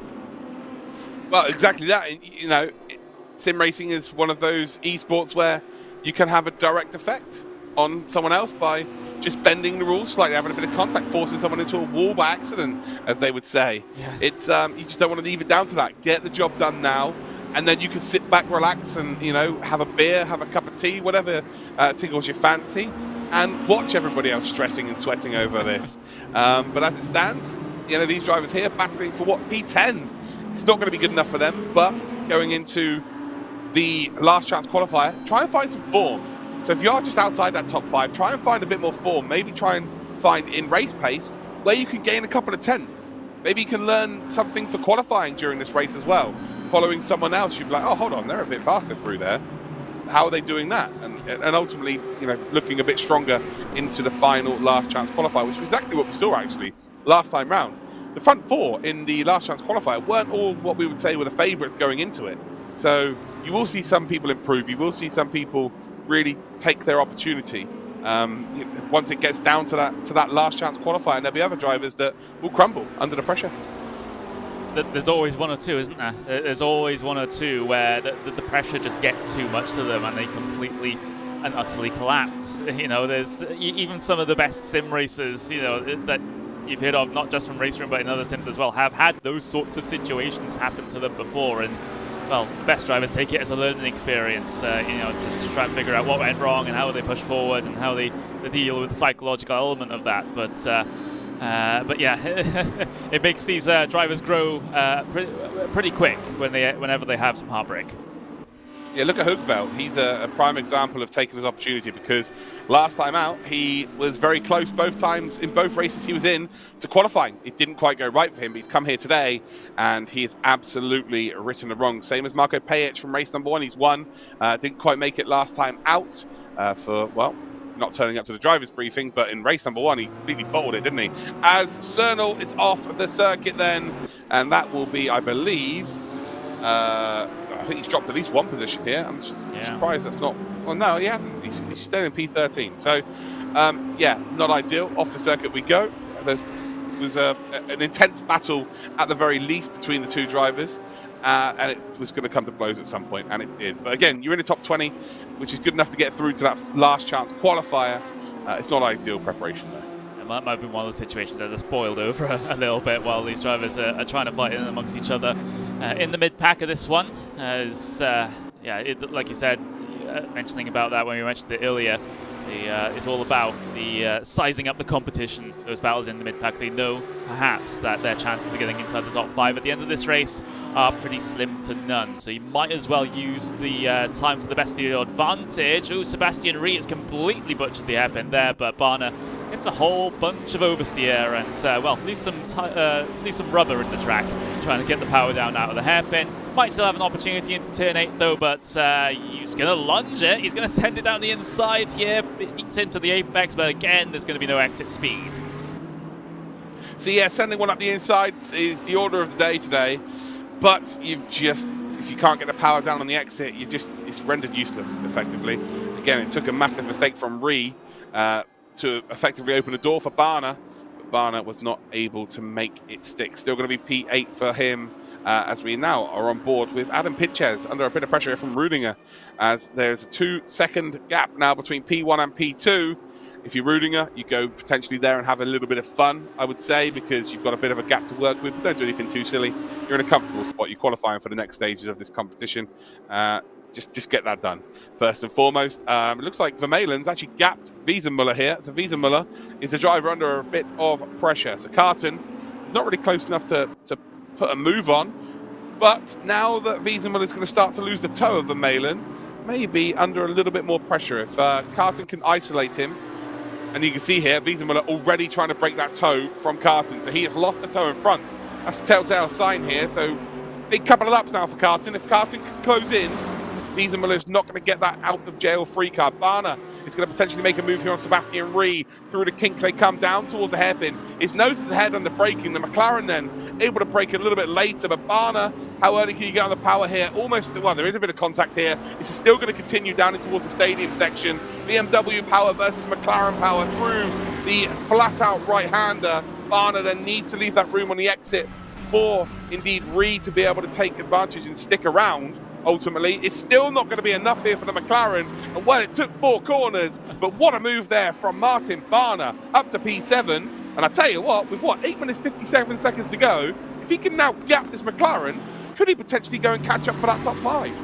Especially if Wiesenmuller becomes under even more threat to Leonard Carton, or, well, becomes threatened by Leonard Carton behind. You know, that might be a situation where they slow each other both up, and Barna can continue to try and pull in this gap. Yes, it is 3.5 seconds to Carton at the moment. That Martin Barna will have to catch up, but that can be gobbled up very, very easily with a couple of corners of side-by-side action between Wiesenmuller and Carton. So definitely don't count Barna out in this situation. Again, in the only BMW in this field. There's a handful, a smattering of Mercedes here today, but like you said, dominated by Audis. But Carton, he has one thing going in his favour now. Wiesenmuller no longer has a significant slipstream from Vermeulen ahead. Now Carton can use that to his advantage. He is closer to Wiesenmuller. He's still on that edge of being a second or so back, but it's just one thing going in his favour, and sometimes you do only need that one thing. Yeah, Martin Barner has to take solace in the fact that Carton has to go and attack, has to make an overtake, otherwise he doesn't qualify. It's as simple as that. So, yeah, Barner just needs to put in some consistent lap times here, just try and build a bit of a gap to Ree behind him, and then look to attack going forward. But again, it's a big old gap, isn't it? What we're looking at, Barner, and we're looking at Carton. The gap's around about 3 seconds. No, 3.5 seconds. So, yeah, Carton's got a big job on his hands to go and catch that gap down. But again, maybe he's going to get a bit of help if Carton can catch up to Wiesenmuller. Them two battle for position, and then it becomes a little bit easier. We're on board with Adam Pinches here, who just seems to be falling further and further back. Hoogveld now 2.6 seconds in the lead here. Ultimately got out to about 1.1 second lead initially, then got caught back up by these two drivers behind, by the way, and then it's gone out there and indeed gain that advantage once again. So around about 2.6 seconds the advantage for Hoogveld to Pinches. Pinches is flirting with danger to Rudinger. Rudinger, though, not really getting close enough to make a genuine move. So, yeah, as much as this looks close, it's not really going to come into fruition, I don't think. And even if they do get close enough, I can't see Rudinger risking his P3 right now. Yeah, I definitely agree with that. There's no point whatsoever in Rudinger even attempting this. He can just sit behind, just allow Pinces to lead him around the circuit, and it's an automatic qualification spot for him. I mean, yeah, you want to have a little bit of fun sometimes. You want to go and sling it down the inside at some points, and well, you can see the different lines being taken there through the hairpin in that instance. But I think Pinces is pretty secure in this second place. Rudinger, I would just say, just forget about any move in the situation, despite the buffer that he has to cars behind. Barner, well, he's continuing to try and catch up that 3.5 second gap to Carton. He's got a tenth or so of a second of it done already, but he's bringing Ree with him, though. Yeah, he's definitely closing the gap. That's the main thing here. He is closing up to Carton. Carton is maybe not closing up to Wiesenmuller. Again, with 5 minutes, 40 seconds to go, it's very much impossible to see that gap closed up for me. I think it's probably job done here for Wiesenmuller. If you lose from this position, you maybe got to question your defensive ability. I think, yeah, you're in a good spot right now if you're Wiesenmuller. You've done the hard work. Now this next 5 minutes is just to grab that top 5, move forward, and then we'll see you in a couple of weeks' time, right? It's as simple as that. Whereas someone like Carton, maybe you do take some risks now. You're going to burn the tyres out, but you've got to take some risks here. It's now or never, and as you can see there, that's a mistake. Runs massively wide out of turn number 1, so he absolutely is throwing everything at it. As you can see, Barner in the background, it's not a huge gap, but he's making some sort of gap then to Ree, which means he can just take the best line around the circuit. He's not having to look defensively at all. So I think Barner's got more in terms of pace within himself, but until he shakes off Ree, it's not going to really be able to take full advantage of it.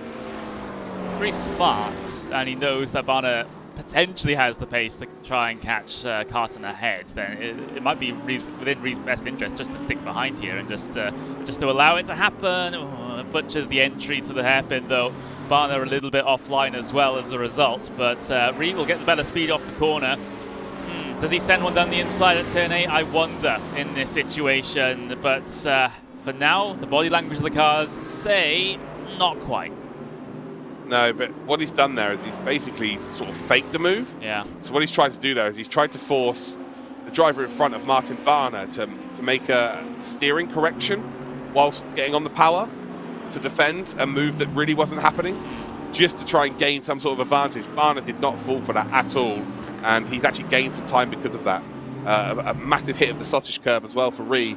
It's cost him some time, and now this might be the opportunity for Barner to go and potentially close up. What we're going to have? We're going to have 3 more laps as they cross the line now. So 3 more laps here, plenty of time. I say plenty of time, it's actually no time at all what I'm talking about. But he needs these two in front to start battling. Carton is definitely closing in, but it's not by enough. And again, very wide out of turn 1 as well. Same mistake as he did last lap. Doesn't lose as much time in this instance compared to the last lap, but you can see he's trying to push the edge of the track limits. And, well, it's bit him in the butt once. It's almost got him twice there. But Carton now within 9/10 of a second, so he's getting there, but it needs just to be that little bit more in this situation, and he has to also potentially rely on a mistake from Wiesenmuller too. He does need to rely on a mistake there, and Wiesenmuller is, again, one of the older drivers, you'd say, so bags of experience behind him, so should be okay to hold on to this position. But in all fairness, you look at someone like Carton, got to take pride in the fact that you were the fastest that didn't qualify. So going into the final race today, Connery, that's going to fill you with confidence, right? You know, he still might get an opportunity here with 2 to go as they next cross the line, because he is again closing up. But if he doesn't, he'll know that he's the fastest from this session here, and that, again, he will feel pretty good going into the next race. Yeah, I think there's certainly a positive that you can take out of this, even if you don't finish in the top 5. If you're almost there, if you're Carton, if you're Barner, if you're Reed, then that looks pretty optimistic, you got to say, coming into that last chance qualifier race. You just got to make sure you don't butcher the qualifying of that last chance qualifier and make life so much more difficult for yourself when it comes to the actual racing action there, as Carton's sliding the car through the penultimate corner. Well, if you needed any more evidence that he's pushing, well, I don't know what else to say, but still 9/10 of a second is the gap between him and Wiesenmuller. Yeah, again, it is coming down, and we saw a few laps ago that Carton was making a few mistakes through turn number 1, but ultimately that was very, very quick through there. And again, he is super, super close. He's going to get that slipstream down in towards the hairpin. I don't think he's going to be able to attack this lap, but the next lap, he is going to be close enough, isn't he? This is going to come down to the absolute wire. Remember, this is the last automatic qualifying position for our DTM Esports Grid 2022. There is one last chance qualifier race, which is going to be between 6th position and 20th in this race, and they will be joining 6th to 20th from race number 1 tonight. But ultimately, if you can get this job done in the next couple of laps, you've just saved yourself a lot of work. He's struggling to get the power down. The rear tyres look pretty shot to me.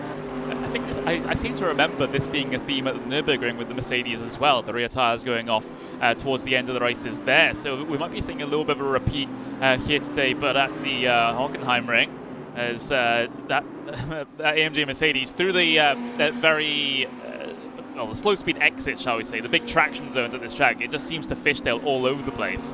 So, for example, coming out of the hairpin, and well, that's where he's losing quite a bit of his time. Still, at this point, it is going to require some form of divine intervention for Carton at this point. He hasn't made as much progress on this lap as is required, and he only needs that one opportunity. He only needs that one look into the bus stop or turn 8. Not into the bus stop, it's to the hairpin or turn 8. And it might happen for him. But 7/10 of a second at the line. It's closer than last lap, but we'll see. It's now really on Wiesenmuller keeping it on the straight and narrow, keeping it between the mayo and the mustard, as they say, as to whether there's going to be an opportunity here for Carton. It's all on Wiesenmuller. Carton can drive the fastest lap in his life right now, and he's really only just going to close up below that rear wing. It's not going to be a case of he's going to get an overtake done. So if Wiesenmuller doesn't make a mistake here, he is going to be absolutely fine. Again, the Mercedes really is struggling in terms of trying to get grip out of the slow corners. Hugveld, great performance here, 3.7 seconds clear. Pinches, Rudinger are looking very good to go through. Vermeulen as well, the Belgian, is in 4th position, but it's this final qualifying spot here then. And Carton, is he going to be able to get the power down? Again, you just see him, as soon as he gets to high revs through gear 1, gear 2, car just does not want to put that power down. Through the kink right-hander in towards the stadium section again for the very final time. Again, the front 4 are good. They're fine. They're going to qualify here. Although you can see that Rudinger is trying to put on a bit of a show. I don't think this is a very wise decision. The last thing, again, what are you doing, guys? Guys, just get through. Get into the top 3 and move on. Don't try anything too silly. It's the group in the background here. Carton's close here. We've got 4 or 5 corners to go. It's going to be Hugveld, Pinches, Rudinger, and Vermeulen. They're going to be your top 4. Who's going to get this final qualifying position? Is it going to be Wiesenmuller? Is Carton going to be able to launch an attack through the final couple of corners? Wiesenmuller just got to keep it in between the white lines and he's golden. It is going to be Wiesenmuller who will take P5. Congratulations to Christopher Hugveld. Congratulations to Pinches, Rudinger, Vermeulen, and Wiesenmuller. Carton, he pushed, and he pushed. Wasn't quite able to get too close there. He's going to finish in P6, but remember, P6 down to 20th. They are all indeed going to be back in our next race, where the top 4 from that race will make it through as well. It's going to be Oliver Betzmeier, who is going to be your final driver, making it through to the last chance qualifier race. Again, apologies for my voice, guys. I am not very well today. I'm trying my best. We've got one more race to go. I'm going to give it my absolute all. As you can expect from me, that's a minimum. But yes, that is why my voice is a little bit not ideal. But it is what it is. We move on. So there we go. Hoogveld takes the victory here. We're just waiting for the final classifications to pop up on your screen, and there it is. So Hoogveld P1, Pitches P2, Rudinger is in P3, Vermeulen in P4, Wiesenmuller in 5th, and then look at this, you've got Carton, Barner, Ree, Schulze, Manu Rodriguez as your top 10. We're going to see those 5 drivers who finished 6th down to 10th in the next race coming up for you right after a short break. Herbilion, Lorenz, Cernal, Grunwald, we've got Seca, Salo, Nikola Latkovsky, Hujek, Fielder, and Betzmeier are going to be your last 10 drivers. So they will all be back for the final race, ladies and gentlecars. And then these drivers, unfortunately, we will not see. So Ikut, Fosto, Runa, and Sealslovich. We're not going to see them again. So there we go, Connery.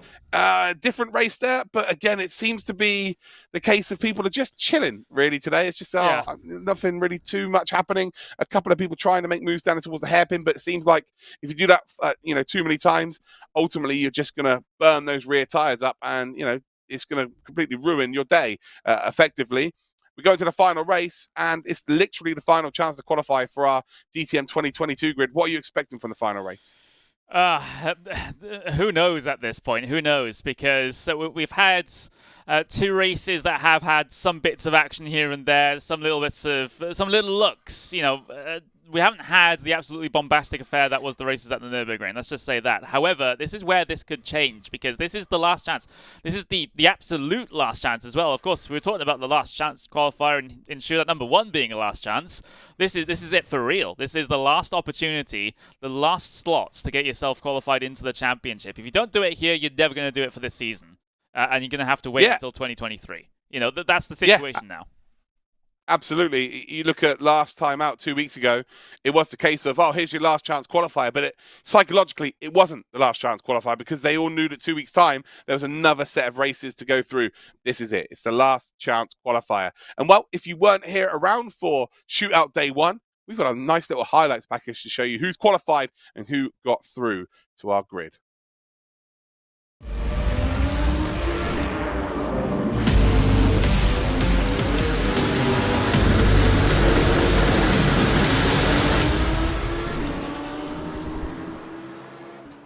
And then, as we do go green light racing, Moritz Lerner does start in P8, and a couple of drivers there not quite getting off the line. Lots of smoke, though, being chucked up in the air. Is Marko Pajic, who has made a move for the lead, has the inside line in that AMG, and you can see that Fiducci then's going to be hung out to dry there in that multicoloured Audi. And I tell you what, they are side by side here, and it's a brilliant bit of work there actually from Fiducci. He's kept the overlap there. It's brilliant stuff there from Fiducci. Well, this is the battle for that crucial, or rather getting towards that crucial top 5 point, but just look at how they're fighting wheel to wheel for it, though. Moritz Lerner and Alexander Dornaden going side by side. Dornaden got the back end out a little bit. Of course, cold tyres. Lerner's made a lovely move up the inside here, then from P6, and he's got past Pfeiffer up into P5. Then again, that is the bubble position, isn't it? P6, you don't really want to be there. It's all about making a statement sometimes, and here comes your race leader then on the final lap through the final corner here, Luke. Fiducci does it.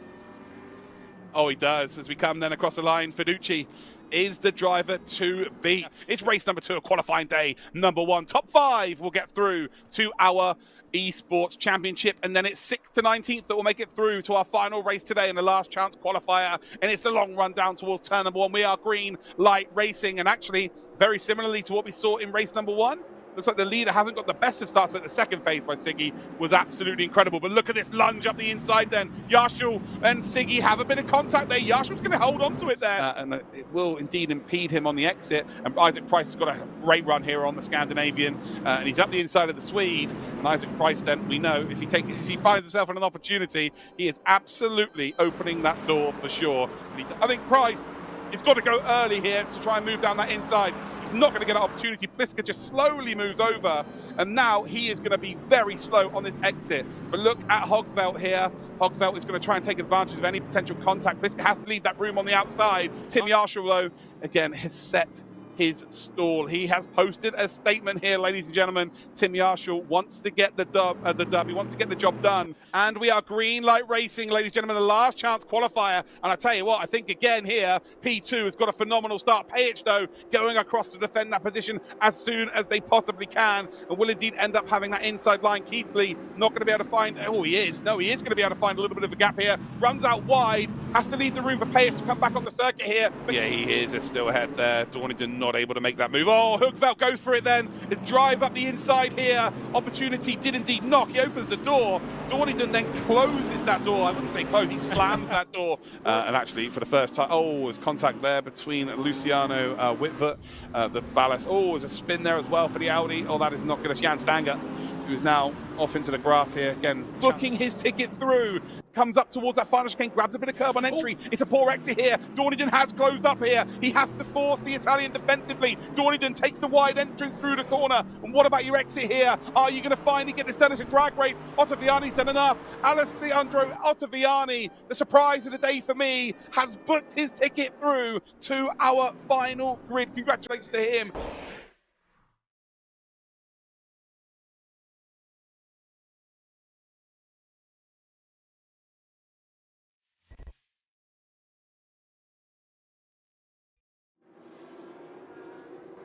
Well, there you go, ladies and gentlemen. Welcome back to the DTM Esports Shootout day number 2. You just saw the highlights from day number 1. And, well, this is it. It's the last chance qualifier. We've had 2 races today where the top 5 in both races have already advanced to the DTM Esports grid for 2022.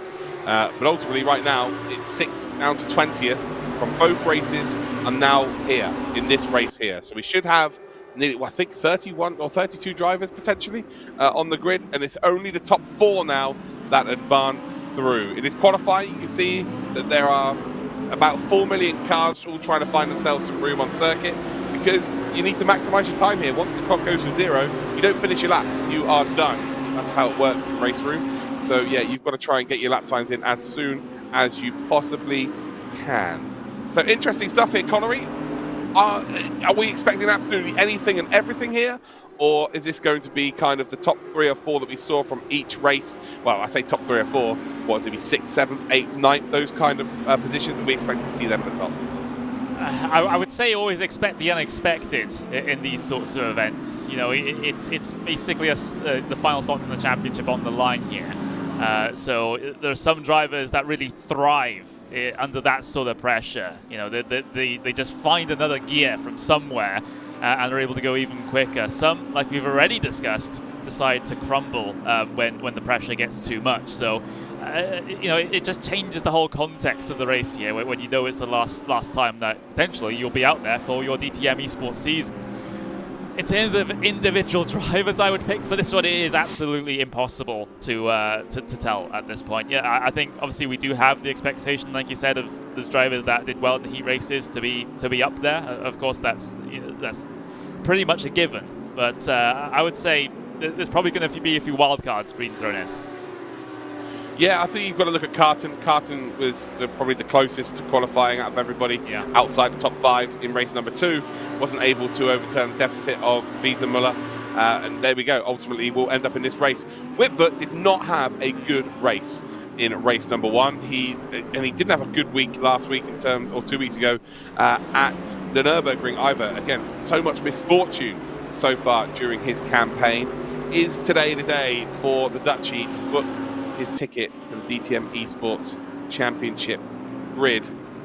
Well, he's got 10 minutes here and then 30 minutes of racing to go to find out. But through sector number 1, it is purple. That means he's faster than absolutely everybody who's already gone through sector 1. It's a good sector 2 as well. So the Ballast Esports driver here looking superbly strong in towards the arena section, down in towards what will be the 3rd from last corner. Again, nice cambered corner there, so you can really get on the power nice and early, or maybe a little bit too early there for Whitvert. Grab then a little bit of curbing just to open up the double right-hander. Again, curbing on the exit there to maximise your speed through the final corner onto the AstroTurf, bit of curbing as well. Across the line we go, a bit of slipstream to work with, and should be right up there. It's not quite pole position, but it's good enough for second as it stands, but it's not anymore.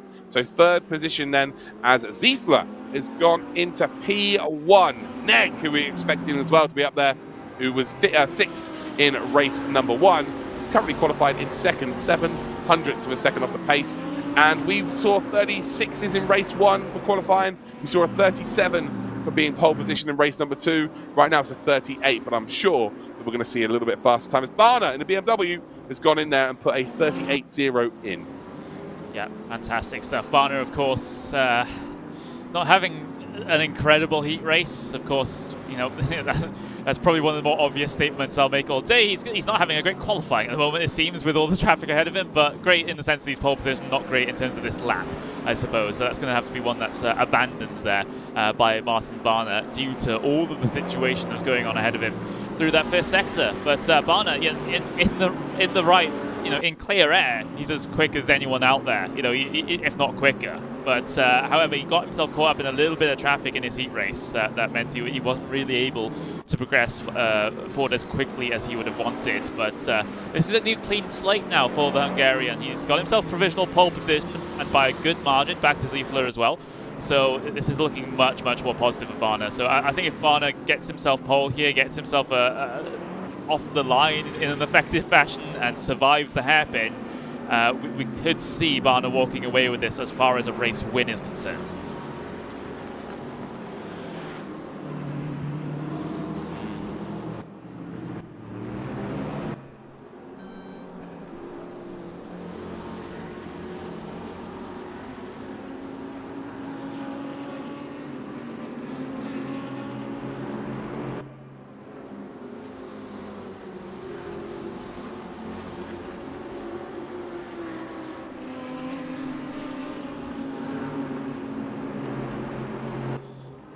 For sure at this point, as I'm just having a little bit of a look down the order. We do have Daniel Burker still down in P25 right now.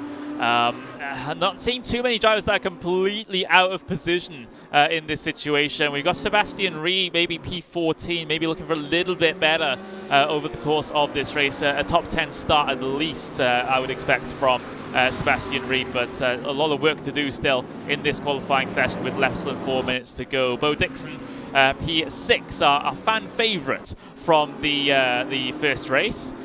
He's got himself in a competitive position to start this last chance qualifier. Maybe if he can gain just a couple more hundredths of a second and get ahead of Blöcher, then that would be beneficial as well. But for now, everyone, not seeing anyone going. Oh, there we go. There's a Sector 1 best lap being set by Ziefler here. So Ziefler, he's seen Barner's lap time, just going, okay, that's competitive. I might be able to go faster on this one. I think I was just muted, by the way, for I don't know how long I've been muted for, but I'm not anymore. So it might have sounded like Connery was talking to himself. He definitely wasn't. I was talking, but I might have been muted, so I can only apologise for that, ladies and gentlemen. Barner, 1/10 clear here, which in a field that are this tight, that is miles. You can see the top 22 separated by exactly a second here. It's so tight. You know, the difference between 10 positions is a couple of tenths here, as we've just seen Manuel Rodriguez popping up into second spot in the Audi. Wow, that is, again, was relatively quick in race number 1, but didn't expect too much considering, you know, didn't even, just about finished the top 10 in the race, but ultimately is in P2 right now. And we said that there might be that one driver that learns a little bit about themselves or learns a little bit more about the game as they go through their race or their first chance today. Manuel Rodriguez is that driver. It's 0.005 of a second between him and Barner at the front. But that is an incredible time, and we know the Audi's probably the quicker car overall in the race trim as well. Ziefler not able to improve on that lap. It wasn't a great Sector 3, so remains in third place. Barner still 0.005 of a second ahead of Rodriguez here. That is as close as you'd like. Rodriguez went faster on this lap through Sector 1 as well, so he might have a little bit more in the tank to get himself up into pole position here at the very dying moments of this session as well. So it's go time for Rodriguez. Set a fantastic banker lap, and now he's gone purple through Sectors 1 and 2. This is looking pretty good, Luke. Yeah, it really is. 2 sectors purple. That's exactly what you set out to go for. It needs to find 5,000ths of a second. As it stands, through sector 1 alone, he was up by nearly 900ths of a second. Around the final couple of corners, then we will go through. Manuel Rodriguez is about to find some extra. Oh, Bo Dixon, by the way, up to 3rd as well. He is 800ths of a second off the pace. I think Manuel Rodriguez, though, might be about to take pole position. Across the line he will go. Is it good enough? Oh, it's not. So the final sector's let him down. Final sector's proper let him down there. It's going to be P2 at the maximum here. We've got Zyfler, who is off the circuit. He's not going to improve here as well. And into the pits we will indeed come. And it was a sector 1 and sector 2 purple again. And right now, Martin Barner is in a great spot, although Mihai Neg is about to come around the final corner. The Romanian, who is currently P5, can he spoil the top 4? And it could be pole position, you know. Across the line he will go, and it is P3. Oh. P3 then from Mihai Neg. But look at the top 4 then. Barner, Rodriguez, Neg, and Dixon. We've got Zyfler, we've got Carton as your top 6. And it moves far too quickly for my brain to be able to compute, ladies and gentlemen. But ultimately, that is your top of the grid leaderboard. Incredible stuff. 30 drivers there as well, remember. So this is going to be an incredible race. And you've got to expect there to be some sort of carnage. You want the front 4 are just going to be begging and pleading that they can get away. But there is your grid. Barner, Rodriguez, Neg, Dixon, Zyfler. We've got Carton, Whitver, Pringer, Blocker, and Stanger as your top 10. What a top 10 that is, Connery, and what a race we're in for. That was a pretty tense qualifying session as well. We had multiple drivers towards the end there that went purple, either through Sector 1 or Sector 2 or both. Yet none of them were able to try and hook up Sector 3 good enough to surpass Martin Barner at the very front of the field. So we've got a race on, I think, here, Luke. Barner, you know, best of them in qualifying at the moment, but well, I did say I expect to run him to run away if he gets a good start here. I don't necessarily believe that is true anymore, especially with the pace that Neg and Rodriguez were showing. Yeah, and you've got to be clever. You've got to race clever here. Top 4 obviously go through, but this is more than likely going to be very close throughout the top 10, and expect this to maybe go down to the last couple of corners here with multiple drivers battling out for that top 4 position. And well, you know, we are heading towards the 2022 season, and maybe it's worth checking out what the 2020 season was all about.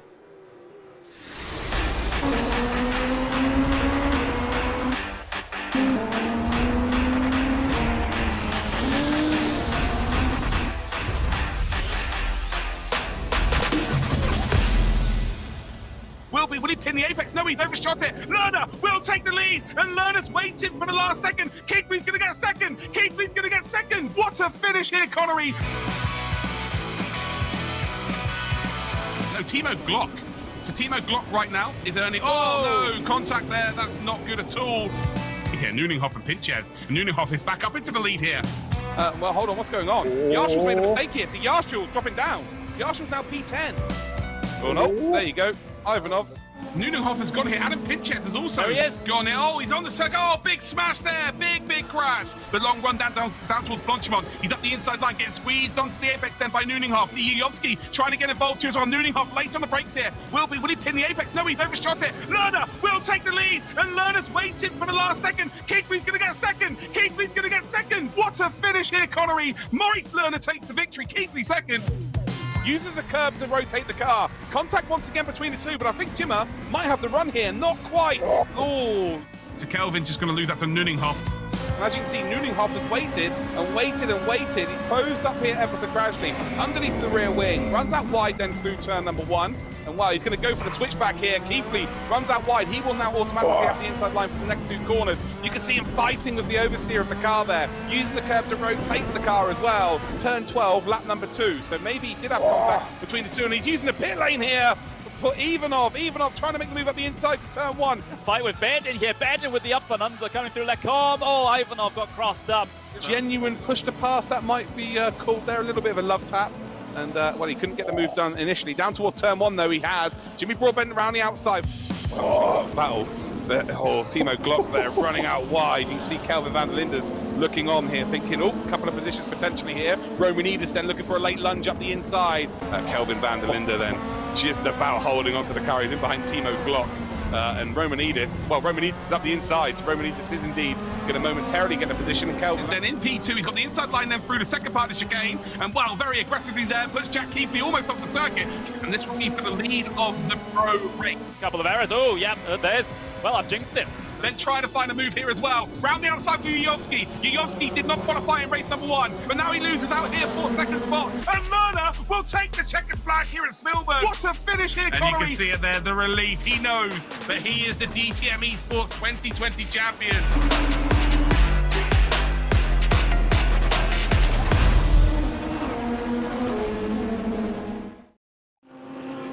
So there you have it, ladies and gentlemen. We just saw Moritz Lerner, who indeed won the DTM Esports Championship merely, well, it's not even a couple of years ago, really, was it? It was just over a year ago, and ultimately got himself a test to drive in the DTM Trophy.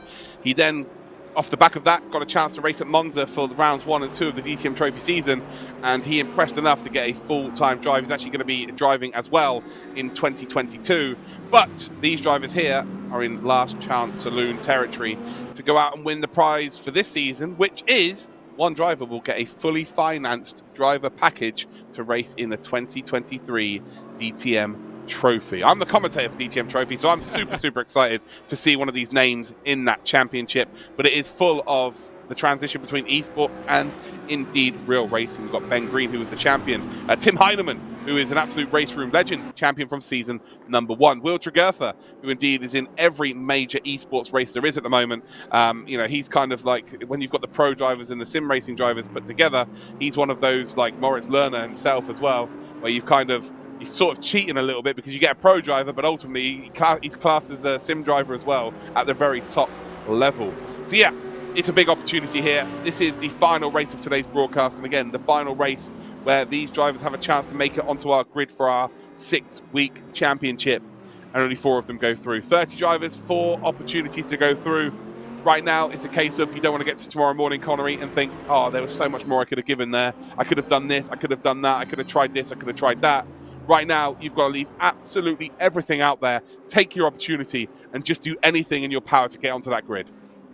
I could not agree more. I could not agree more with that. This is going to be potentially, well, there's a couple of ways this could go. One, this could go pretty messily, all things considered, because drivers, you know, they will go all in on some of these moves, and they want to try and get as far up the field as possible, try and get inside that top 4 now, remember, top 4 go through, not top 5 like for the heat races. So the qualifying spots are a bit more of an exclusive club here in this one as well. So it just requires that little bit of extra effort for you to get yourself inside of those positions. But yeah, there's no telling what's going to happen here, especially on the race start. If there's a door open down into the hairpin, there's probably going to be 15 million cars trying to occupy the same space. Prediction time then, Connery. Give us your prediction. Name one driver who's going to get who. Let's just go for winner of the race. Winner of the race. I'm not sure. I kind of like Barner's situation. He really gave me positive vibes basically in the heat race, but Rodriguez, you know, what a talented racer. You know, when it comes to actual overtakes, Rodriguez, you know, one of the best out there. So. I would have to put my money on Rodriguez, though. I think Rodriguez might have the head to try and win this one. Yeah, I'm going to go for experience in terms of how many esports competition finals they've been in. Manu Rodriguez. Again, I may have a little bit of man crush on Manu, but yeah, through talent, you know, this is not his strongest sim. Race Room is not his strongest sim, yet he still managed to get to this level. So if he does manage to get to the finals, oh, absolutely watch out for that driver. He will improve. He will put more time in and definitely be up and in amongst it.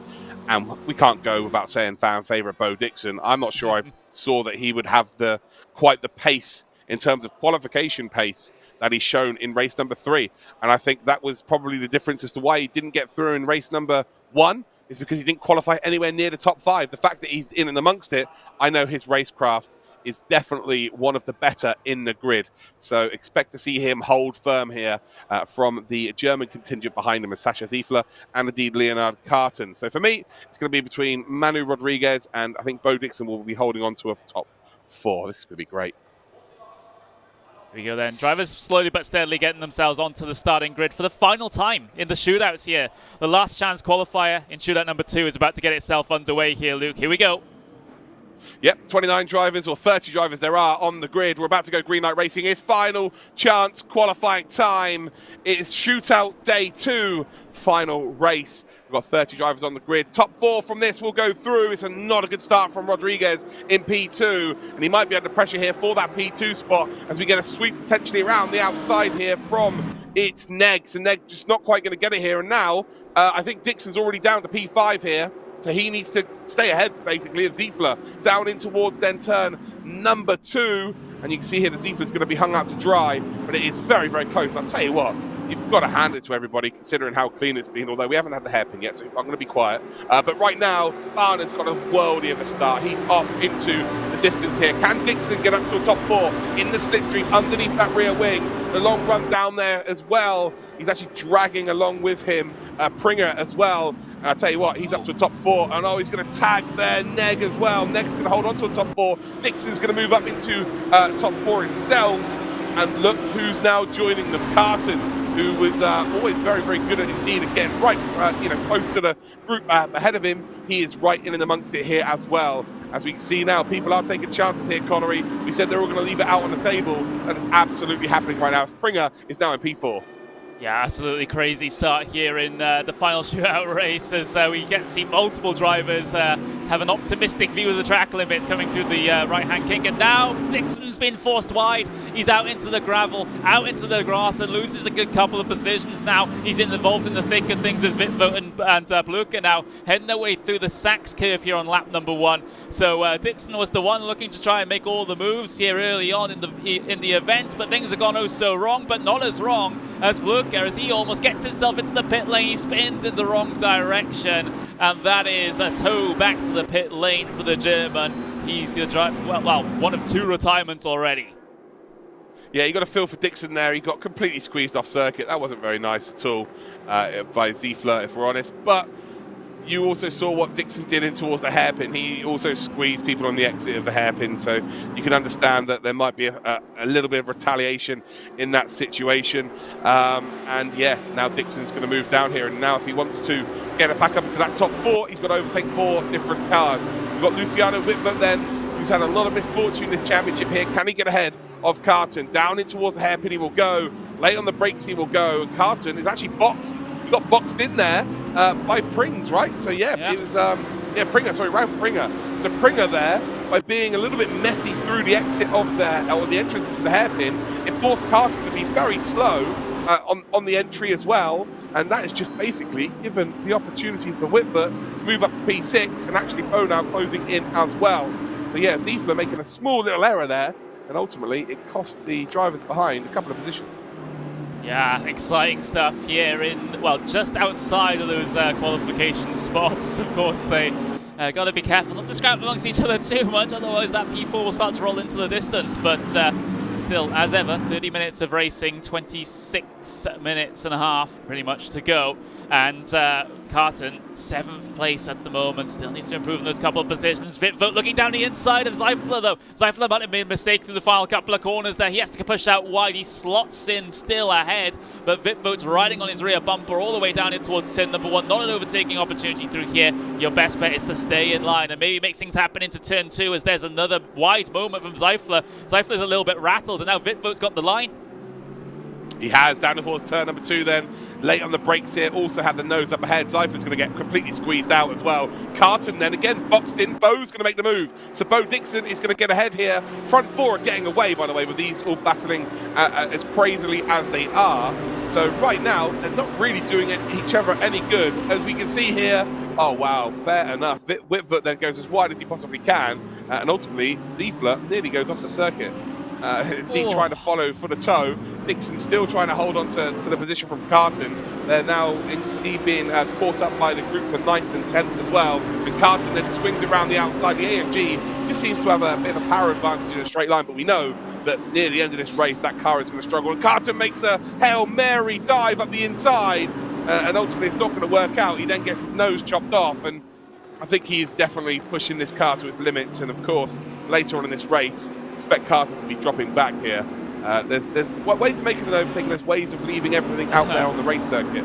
We don't mean every part of your car. Yeah, there's just a huge amount of congestion through the hairpin, and here's another move then as Bo Dixon on the outside of the Sachs curve just completely gets mugged by Grunwald, and now Stanger's involved in this as well, trying to go the long way around at the penultimate corner. Dixon give him the space, but that's Stanger out over the curb, unsettles the car a little bit, and now Rasmus Salo looking to try and get stuck in the Finnish driver that's well, outside of the top 10 at the moment, but at this point, everyone's just slowing each other up, allowing those front four qualifiers to get away. Yeah, and that is the main objective, isn't it? Get to that top 4. You know, it's all great putting on a show for us. You know, we can all be excited and look back on this and go, oh yeah, well done to you. You were brilliant. You know, you put on a massive show. You did loads of overtakes. When did you finish? P8? Oh, okay, it doesn't really matter. Unfortunately, you've not made it through to the next phase of the competition. So you've got to race a bit clever, but then if you're under so much pressure from behind, what else can you do? You've got to battle, right? You've just got to continuously battle. As Dixon then tries to make a move around the outside, and well, he gets a little bit of help there, doesn't he? Oh, someone going. Grunwald is going to hold on to P8, and Dixon on the cut is just spun it. Yeah, too much power, and you've got to feel sorry for Dixon here, really. Again, one of the fan favourites, of course, but it's just being used as a bit of a battering ram. Again, you can't take away what happened into the hairpin. He also was very aggressive himself through there, but like a lot of these overtakes weren't the fairest of moves, in my opinion. Yeah, he's trying to make that make that car a little bit wider than it perhaps physically actually is in a lot of situations with the space that he decided to leave to some drivers. But yeah, either way, that's still unfortunate though for Dixon. Some drivers might call it karma, but either way, Dixon down into P23 now, so not going to be one of your qualifiers here today. Top 4, Barner, Rodriguez, Pringer, and Neg. Those are the drivers that, if it finished as it is right now, those drivers will get themselves a slot in the DTM Esports season for 2022. Everyone else, well, they'll just have to watch the streams, I suppose. Yeah, well, Whitford needs to close that 0.8 of a second gap down. He's got a bit of breathing room behind him as everything just chills out ever so slightly. But yeah, he really does need to close that gap down and just start putting some pressure on, because the two in front of him just aren't fighting, which is what you expect at this stage. Just guarantee yourself passage through. Barner and Rodriguez, 0.7 of a second apart. They've got such a buffer to P3 and P4 as well. They're not, you wouldn't imagine they're going to fight too crazily. And if Manu Rodriguez tries to make a move, you would imagine Barner's going to let him go if he's that much faster. So yeah, Whitford here has to produce some magic effectively. Again, 22 minutes, 30 seconds. It seems like a long time. You've got something to work with there, but ultimately, when every driver is pretty much the same pace as you, it's almost impossible to close that gap. So whilst you haven't got someone putting massive pressure on from behind, you've got to try and close that gap up and move forward. Remember, this is the last chance here, ladies and gentlemen. We've already got 27 drivers qualified for our grid for the DTM Esports 2022. This is the final 4 positions available. So Barner right now, Rodriguez are indeed going to guarantee themselves that opportunity. And then we've got Pringer in P3, and then we've got Neg in P4. Is that Pringer? Is it guaranteed Pringer in P3? I think it is, isn't it? Yeah, Ralph Pringer, he actually started P8, by the way, so he's made 5 positions up in this race to get into that position. Where did Neg start in this race? Well, he started P3, so he's actually dropped the position. And then we got Barner and Rodriguez, who indeed started in P1 and P2. So, yeah, Pringer has done a hell of a job here to get ahead of Whitford, Carton, Ziefler, and indeed Bo Dixon. I do want to just mention Bo. He's someone that has really improved his GT driving over the last sort of 6 months. He really is on a different planet in terms of GT racing recently. He's come from more of a touring car background to front-wheel drive, to then transition to rear-wheel drive is very, very difficult. But yeah, he's currently leading one of my series that I have on Race Room. Our GT4, it's like a DTM trophy mock-up. We call it the ACR trophy. It's made up of the GT4 cars in Race Room. And he's comfortably leading that right now. And on ACC, he's comfortably in the top 2 for our GT4 championship. So GT cars, he really has had a marked improvement, and to see him even running at the sharp end on Race Room with these drivers just shows the amount of improvement there is. So yeah, give him another 12 months, he's going to be right in amongst it. But I am super impressed with just the depth in talent, really. Yeah. Like, what is it, 1.5 seconds we've seen as the biggest gap from first to last on the grid today. Incredible stuff from our 58 drivers.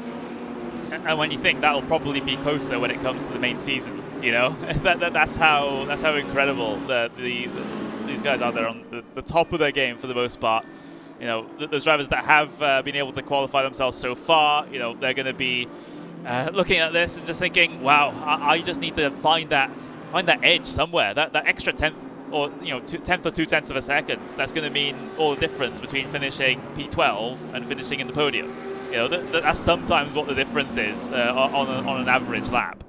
So this is why these drivers have to take such a commitment to this. You know, they've got to treat it like a job in some instances. And I know some esports racers are, of course, now full-time employees of their teams and have contracts and such like that. So they are able to spend the maximum amount of time possible trying to practice for these events. But yeah, still, even if it is your job, it is a huge amount of commitment to be able to just go, you know, just to get that little bit more consistent, just get that little bit extra out in qualifying. Yeah, well, you know, effectively, you're absolutely going for a job, right? Yeah. This is the winner of this competition gets himself a full season paid for in a DTM trophy. Like, that is a job. Oh, as we see a 3 wide here, Jan Stanger is going to well, no, it's actually Alexander Grunwald who moves up to P8. It's Stanger that loses out. And then we've got a nice little battle then for a complete top 10 here. Ooh. And I'm trying to think, is that Daniel Burker? Yeah, Burker's up from 14th. Oh, that was messy to say the very least here, isn't it? As Burker is the one that comes out on top there. He doesn't really get involved in either of the exchanges between those 3 drivers. Yeah, he's the one that gains the 2 spots. There's a lot of stamp licking going on there from Stanger.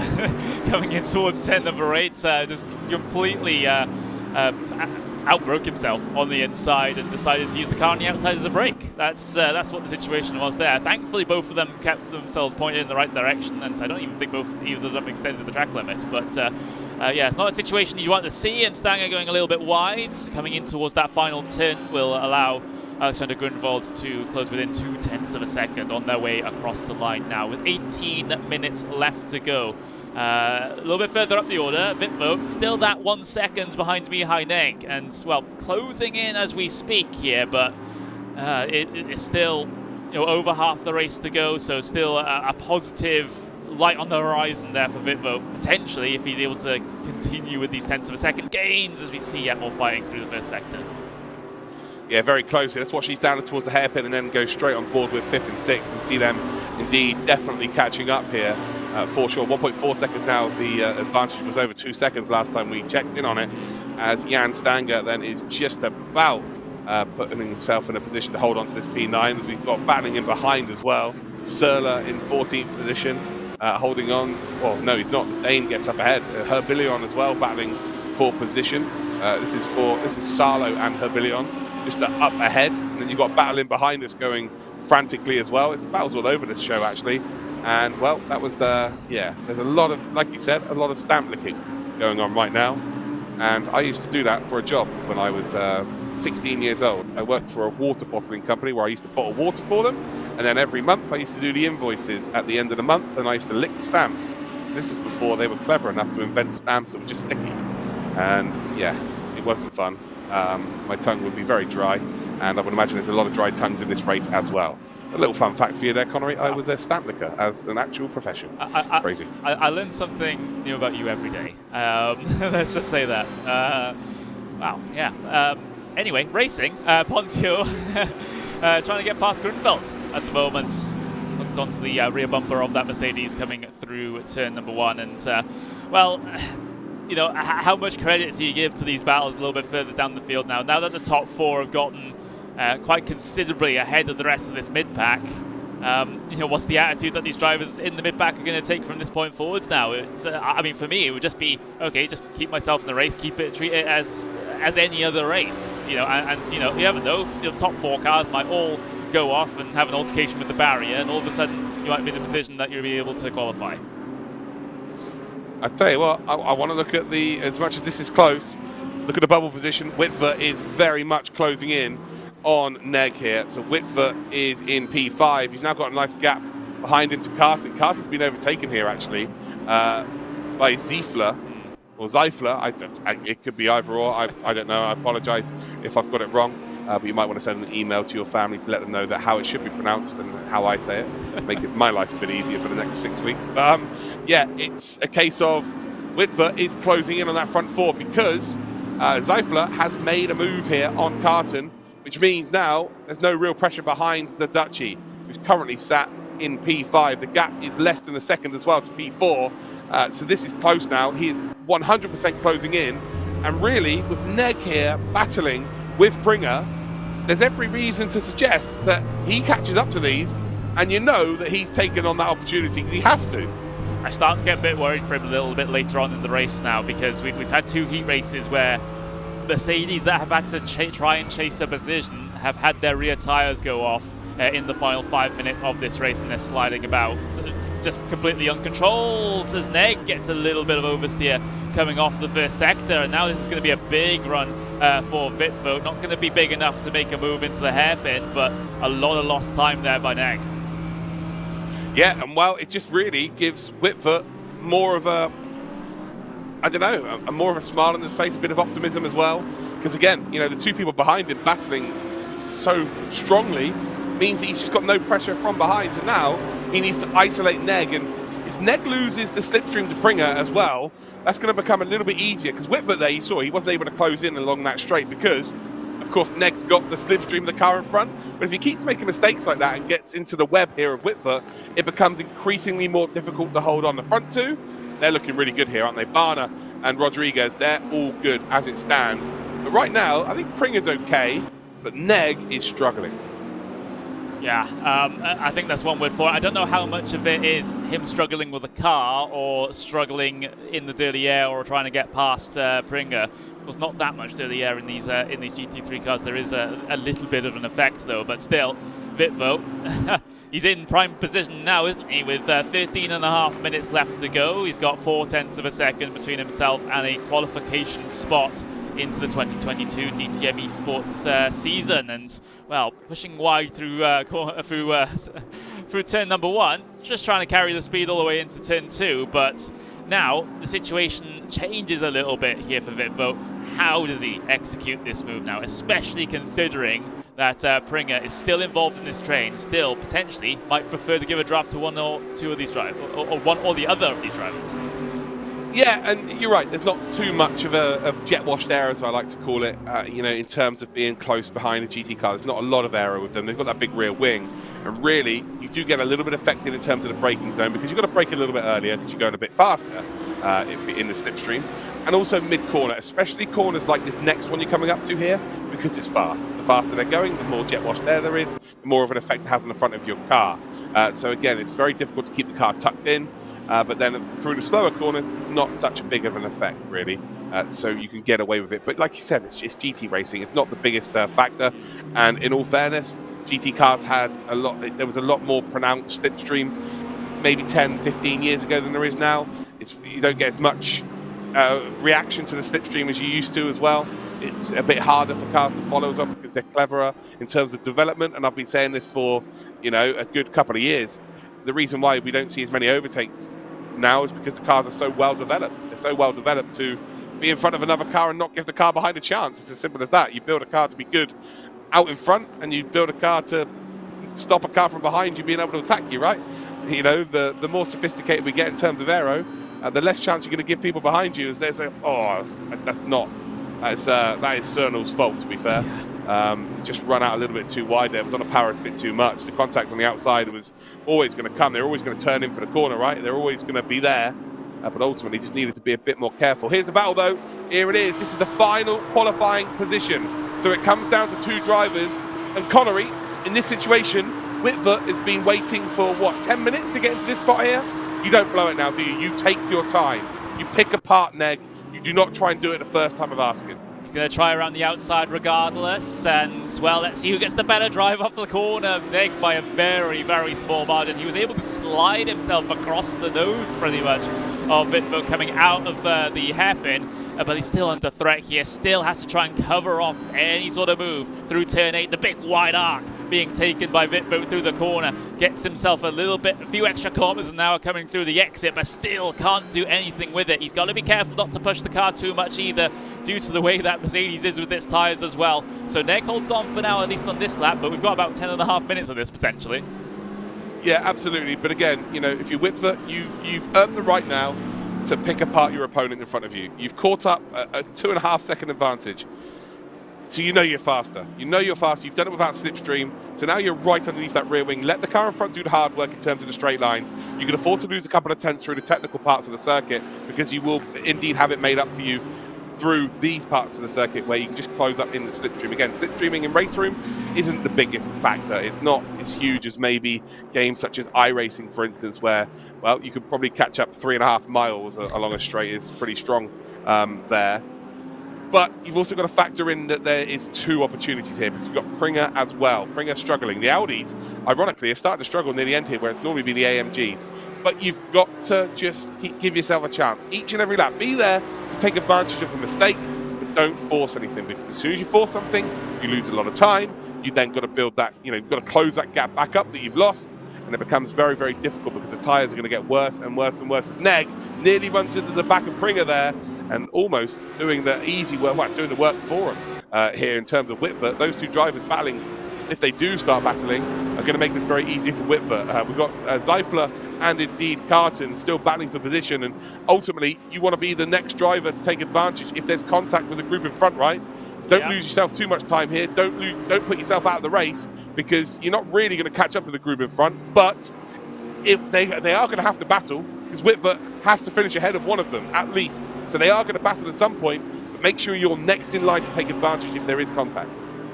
Yeah, that's what this battle is all about here for P6, as Carton looks to the outside to the Sachs curve again. It's oh, how does he save that? It's an unorthodox move, isn't it? And it's great job to hold on to the car. But regardless of that fact, he's still within contention for this position as well. Hasn't lost too much time either. So multiple places to look at here. We've got the Pringer, Neg, and Vitvote battle. We've got the Zeifler Carton fight up behind them as well. So we've got to have eyes all over the place here at the moment. I wish I had another race room PC to give you a double box.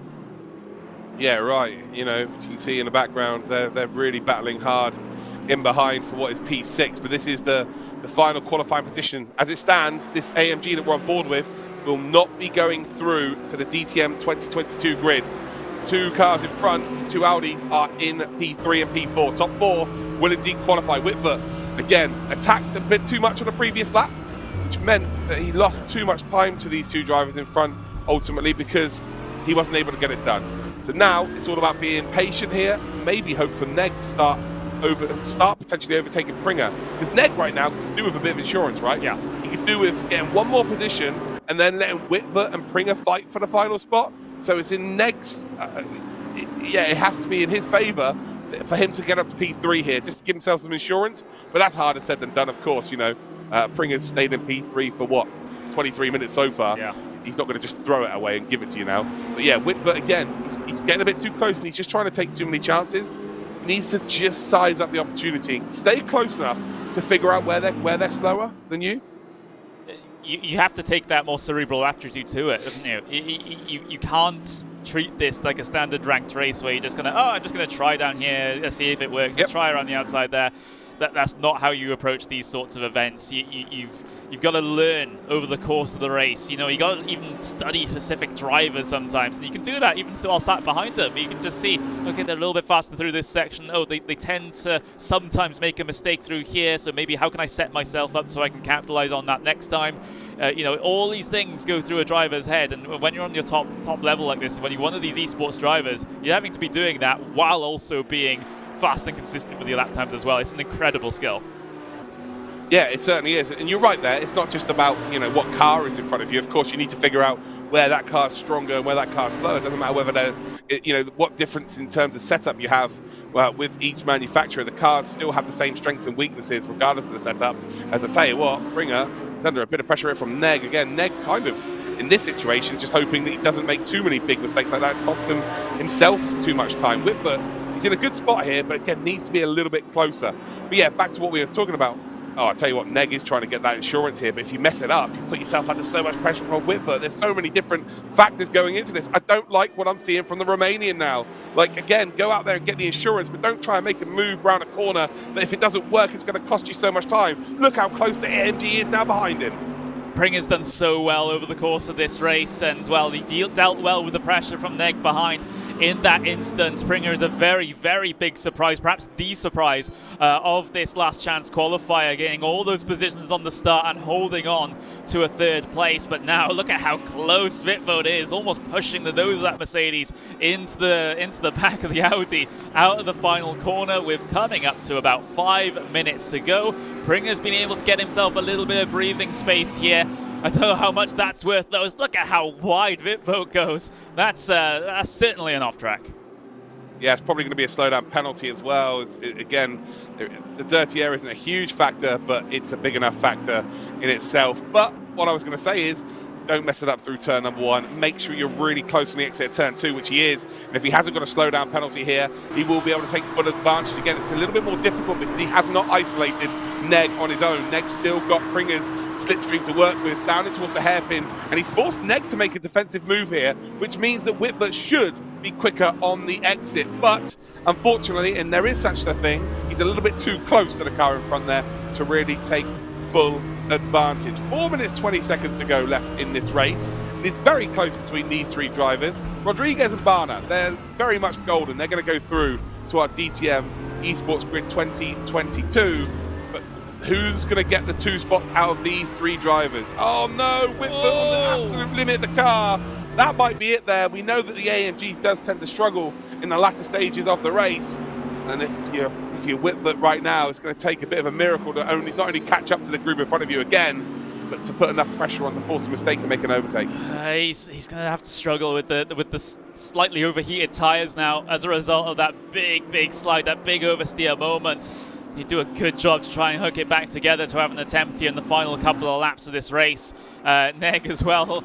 You got to say, like, all 3 of these drivers right now are on their top level, it seems like. It is crazy stuff between all of these 3. Springer, again, gaining all those positions on the start, holding on to P3 despite the immense pressure and the entire situation for the last qualification spot going on behind him. He's kept his cool for now. Neg has been in the thick of things, not only in this race, but of course the previous race while he was trying to chase down a final qualification spot this time. The shoe's on the other foot, though, for Mihai Neg. Instead of chasing for the qualification spot, he has to try and hold on to it now. Yeah, but Springer is still really helping Neg out here. Neg keeps getting that toe. It just means, again, Whitver cannot isolate the car in front. But fair play to Whitver. His final sector in that last lap was incredible. The fact that he's been able to catch up to the 2 in front, considering that big slide he had, is remarkable. So, I said he might need a miracle. It looks like there's a miracle in the offering here. The 2 Audis, again, very, very close between the 2 of them. Springer is just hoping he's not attacked at this stage. He's just thinking, look, please, just stick behind me. I'll drag you along. We are good here. Is that Rodriguez? Rodriguez has lost a lot of time, hasn't he? He's now down, 2.6 seconds behind Barna. So, yeah, ultimately, quite a fall from grace, if you like, from Rodriguez. Still in the qualifying spot. And with, 2 laps to go here?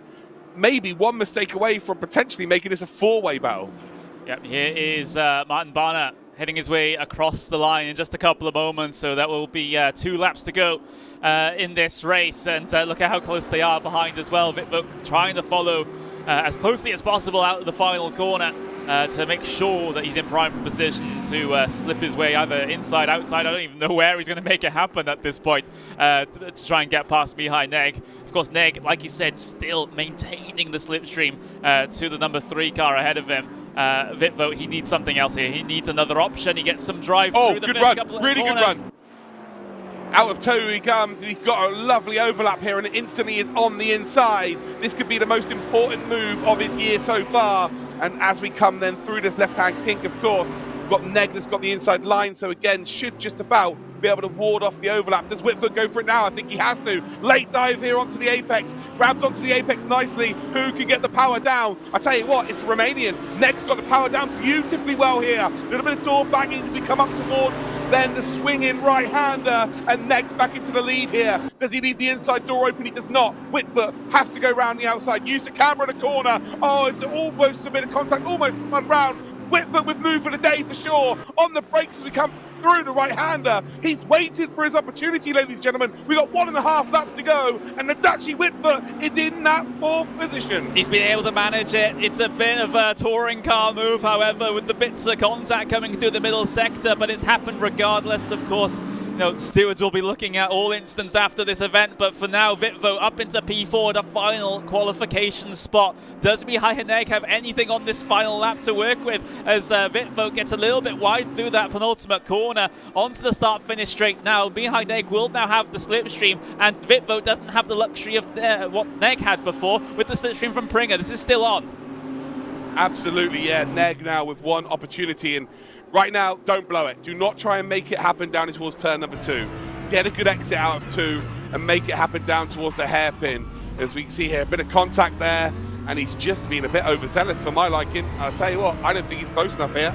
I think you'll find that Whitford has done exactly what he needs to do, but you know Whitford's going to have to go defensive here in towards the hairpin. And actually the Audi straight line speed is ridiculous. Here we go then. And again, with not having the luxury of the driver in front towing Whitford along, it could be a carbon copy of what we saw earlier on, but vice versa. On the power early again for Neg, and Neg's again side by side.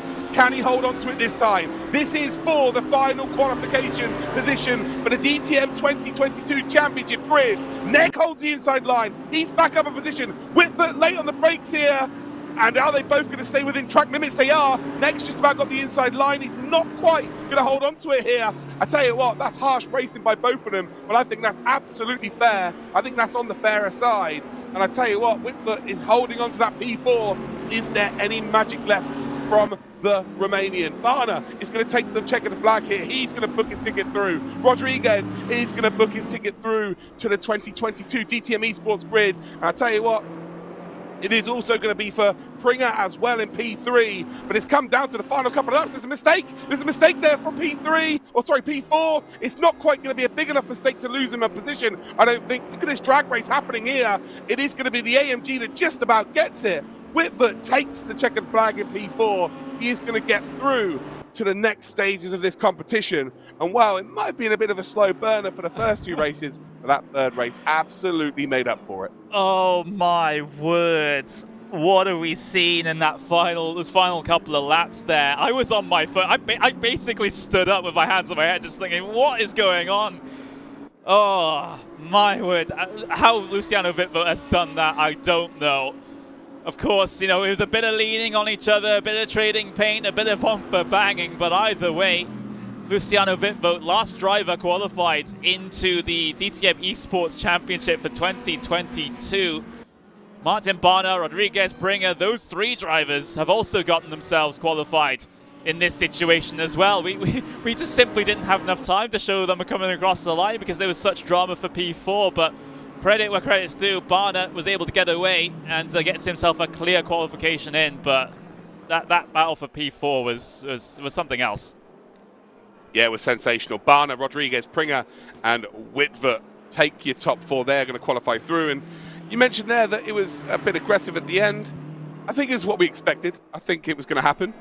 And I don't think it was beyond the limit of dirty or anything like that. I believe both drivers were going at it as hard as each other, ultimately. And yeah, they both stayed within the white lines and in the curbing. So I think it's a phenomenal drive from both of them.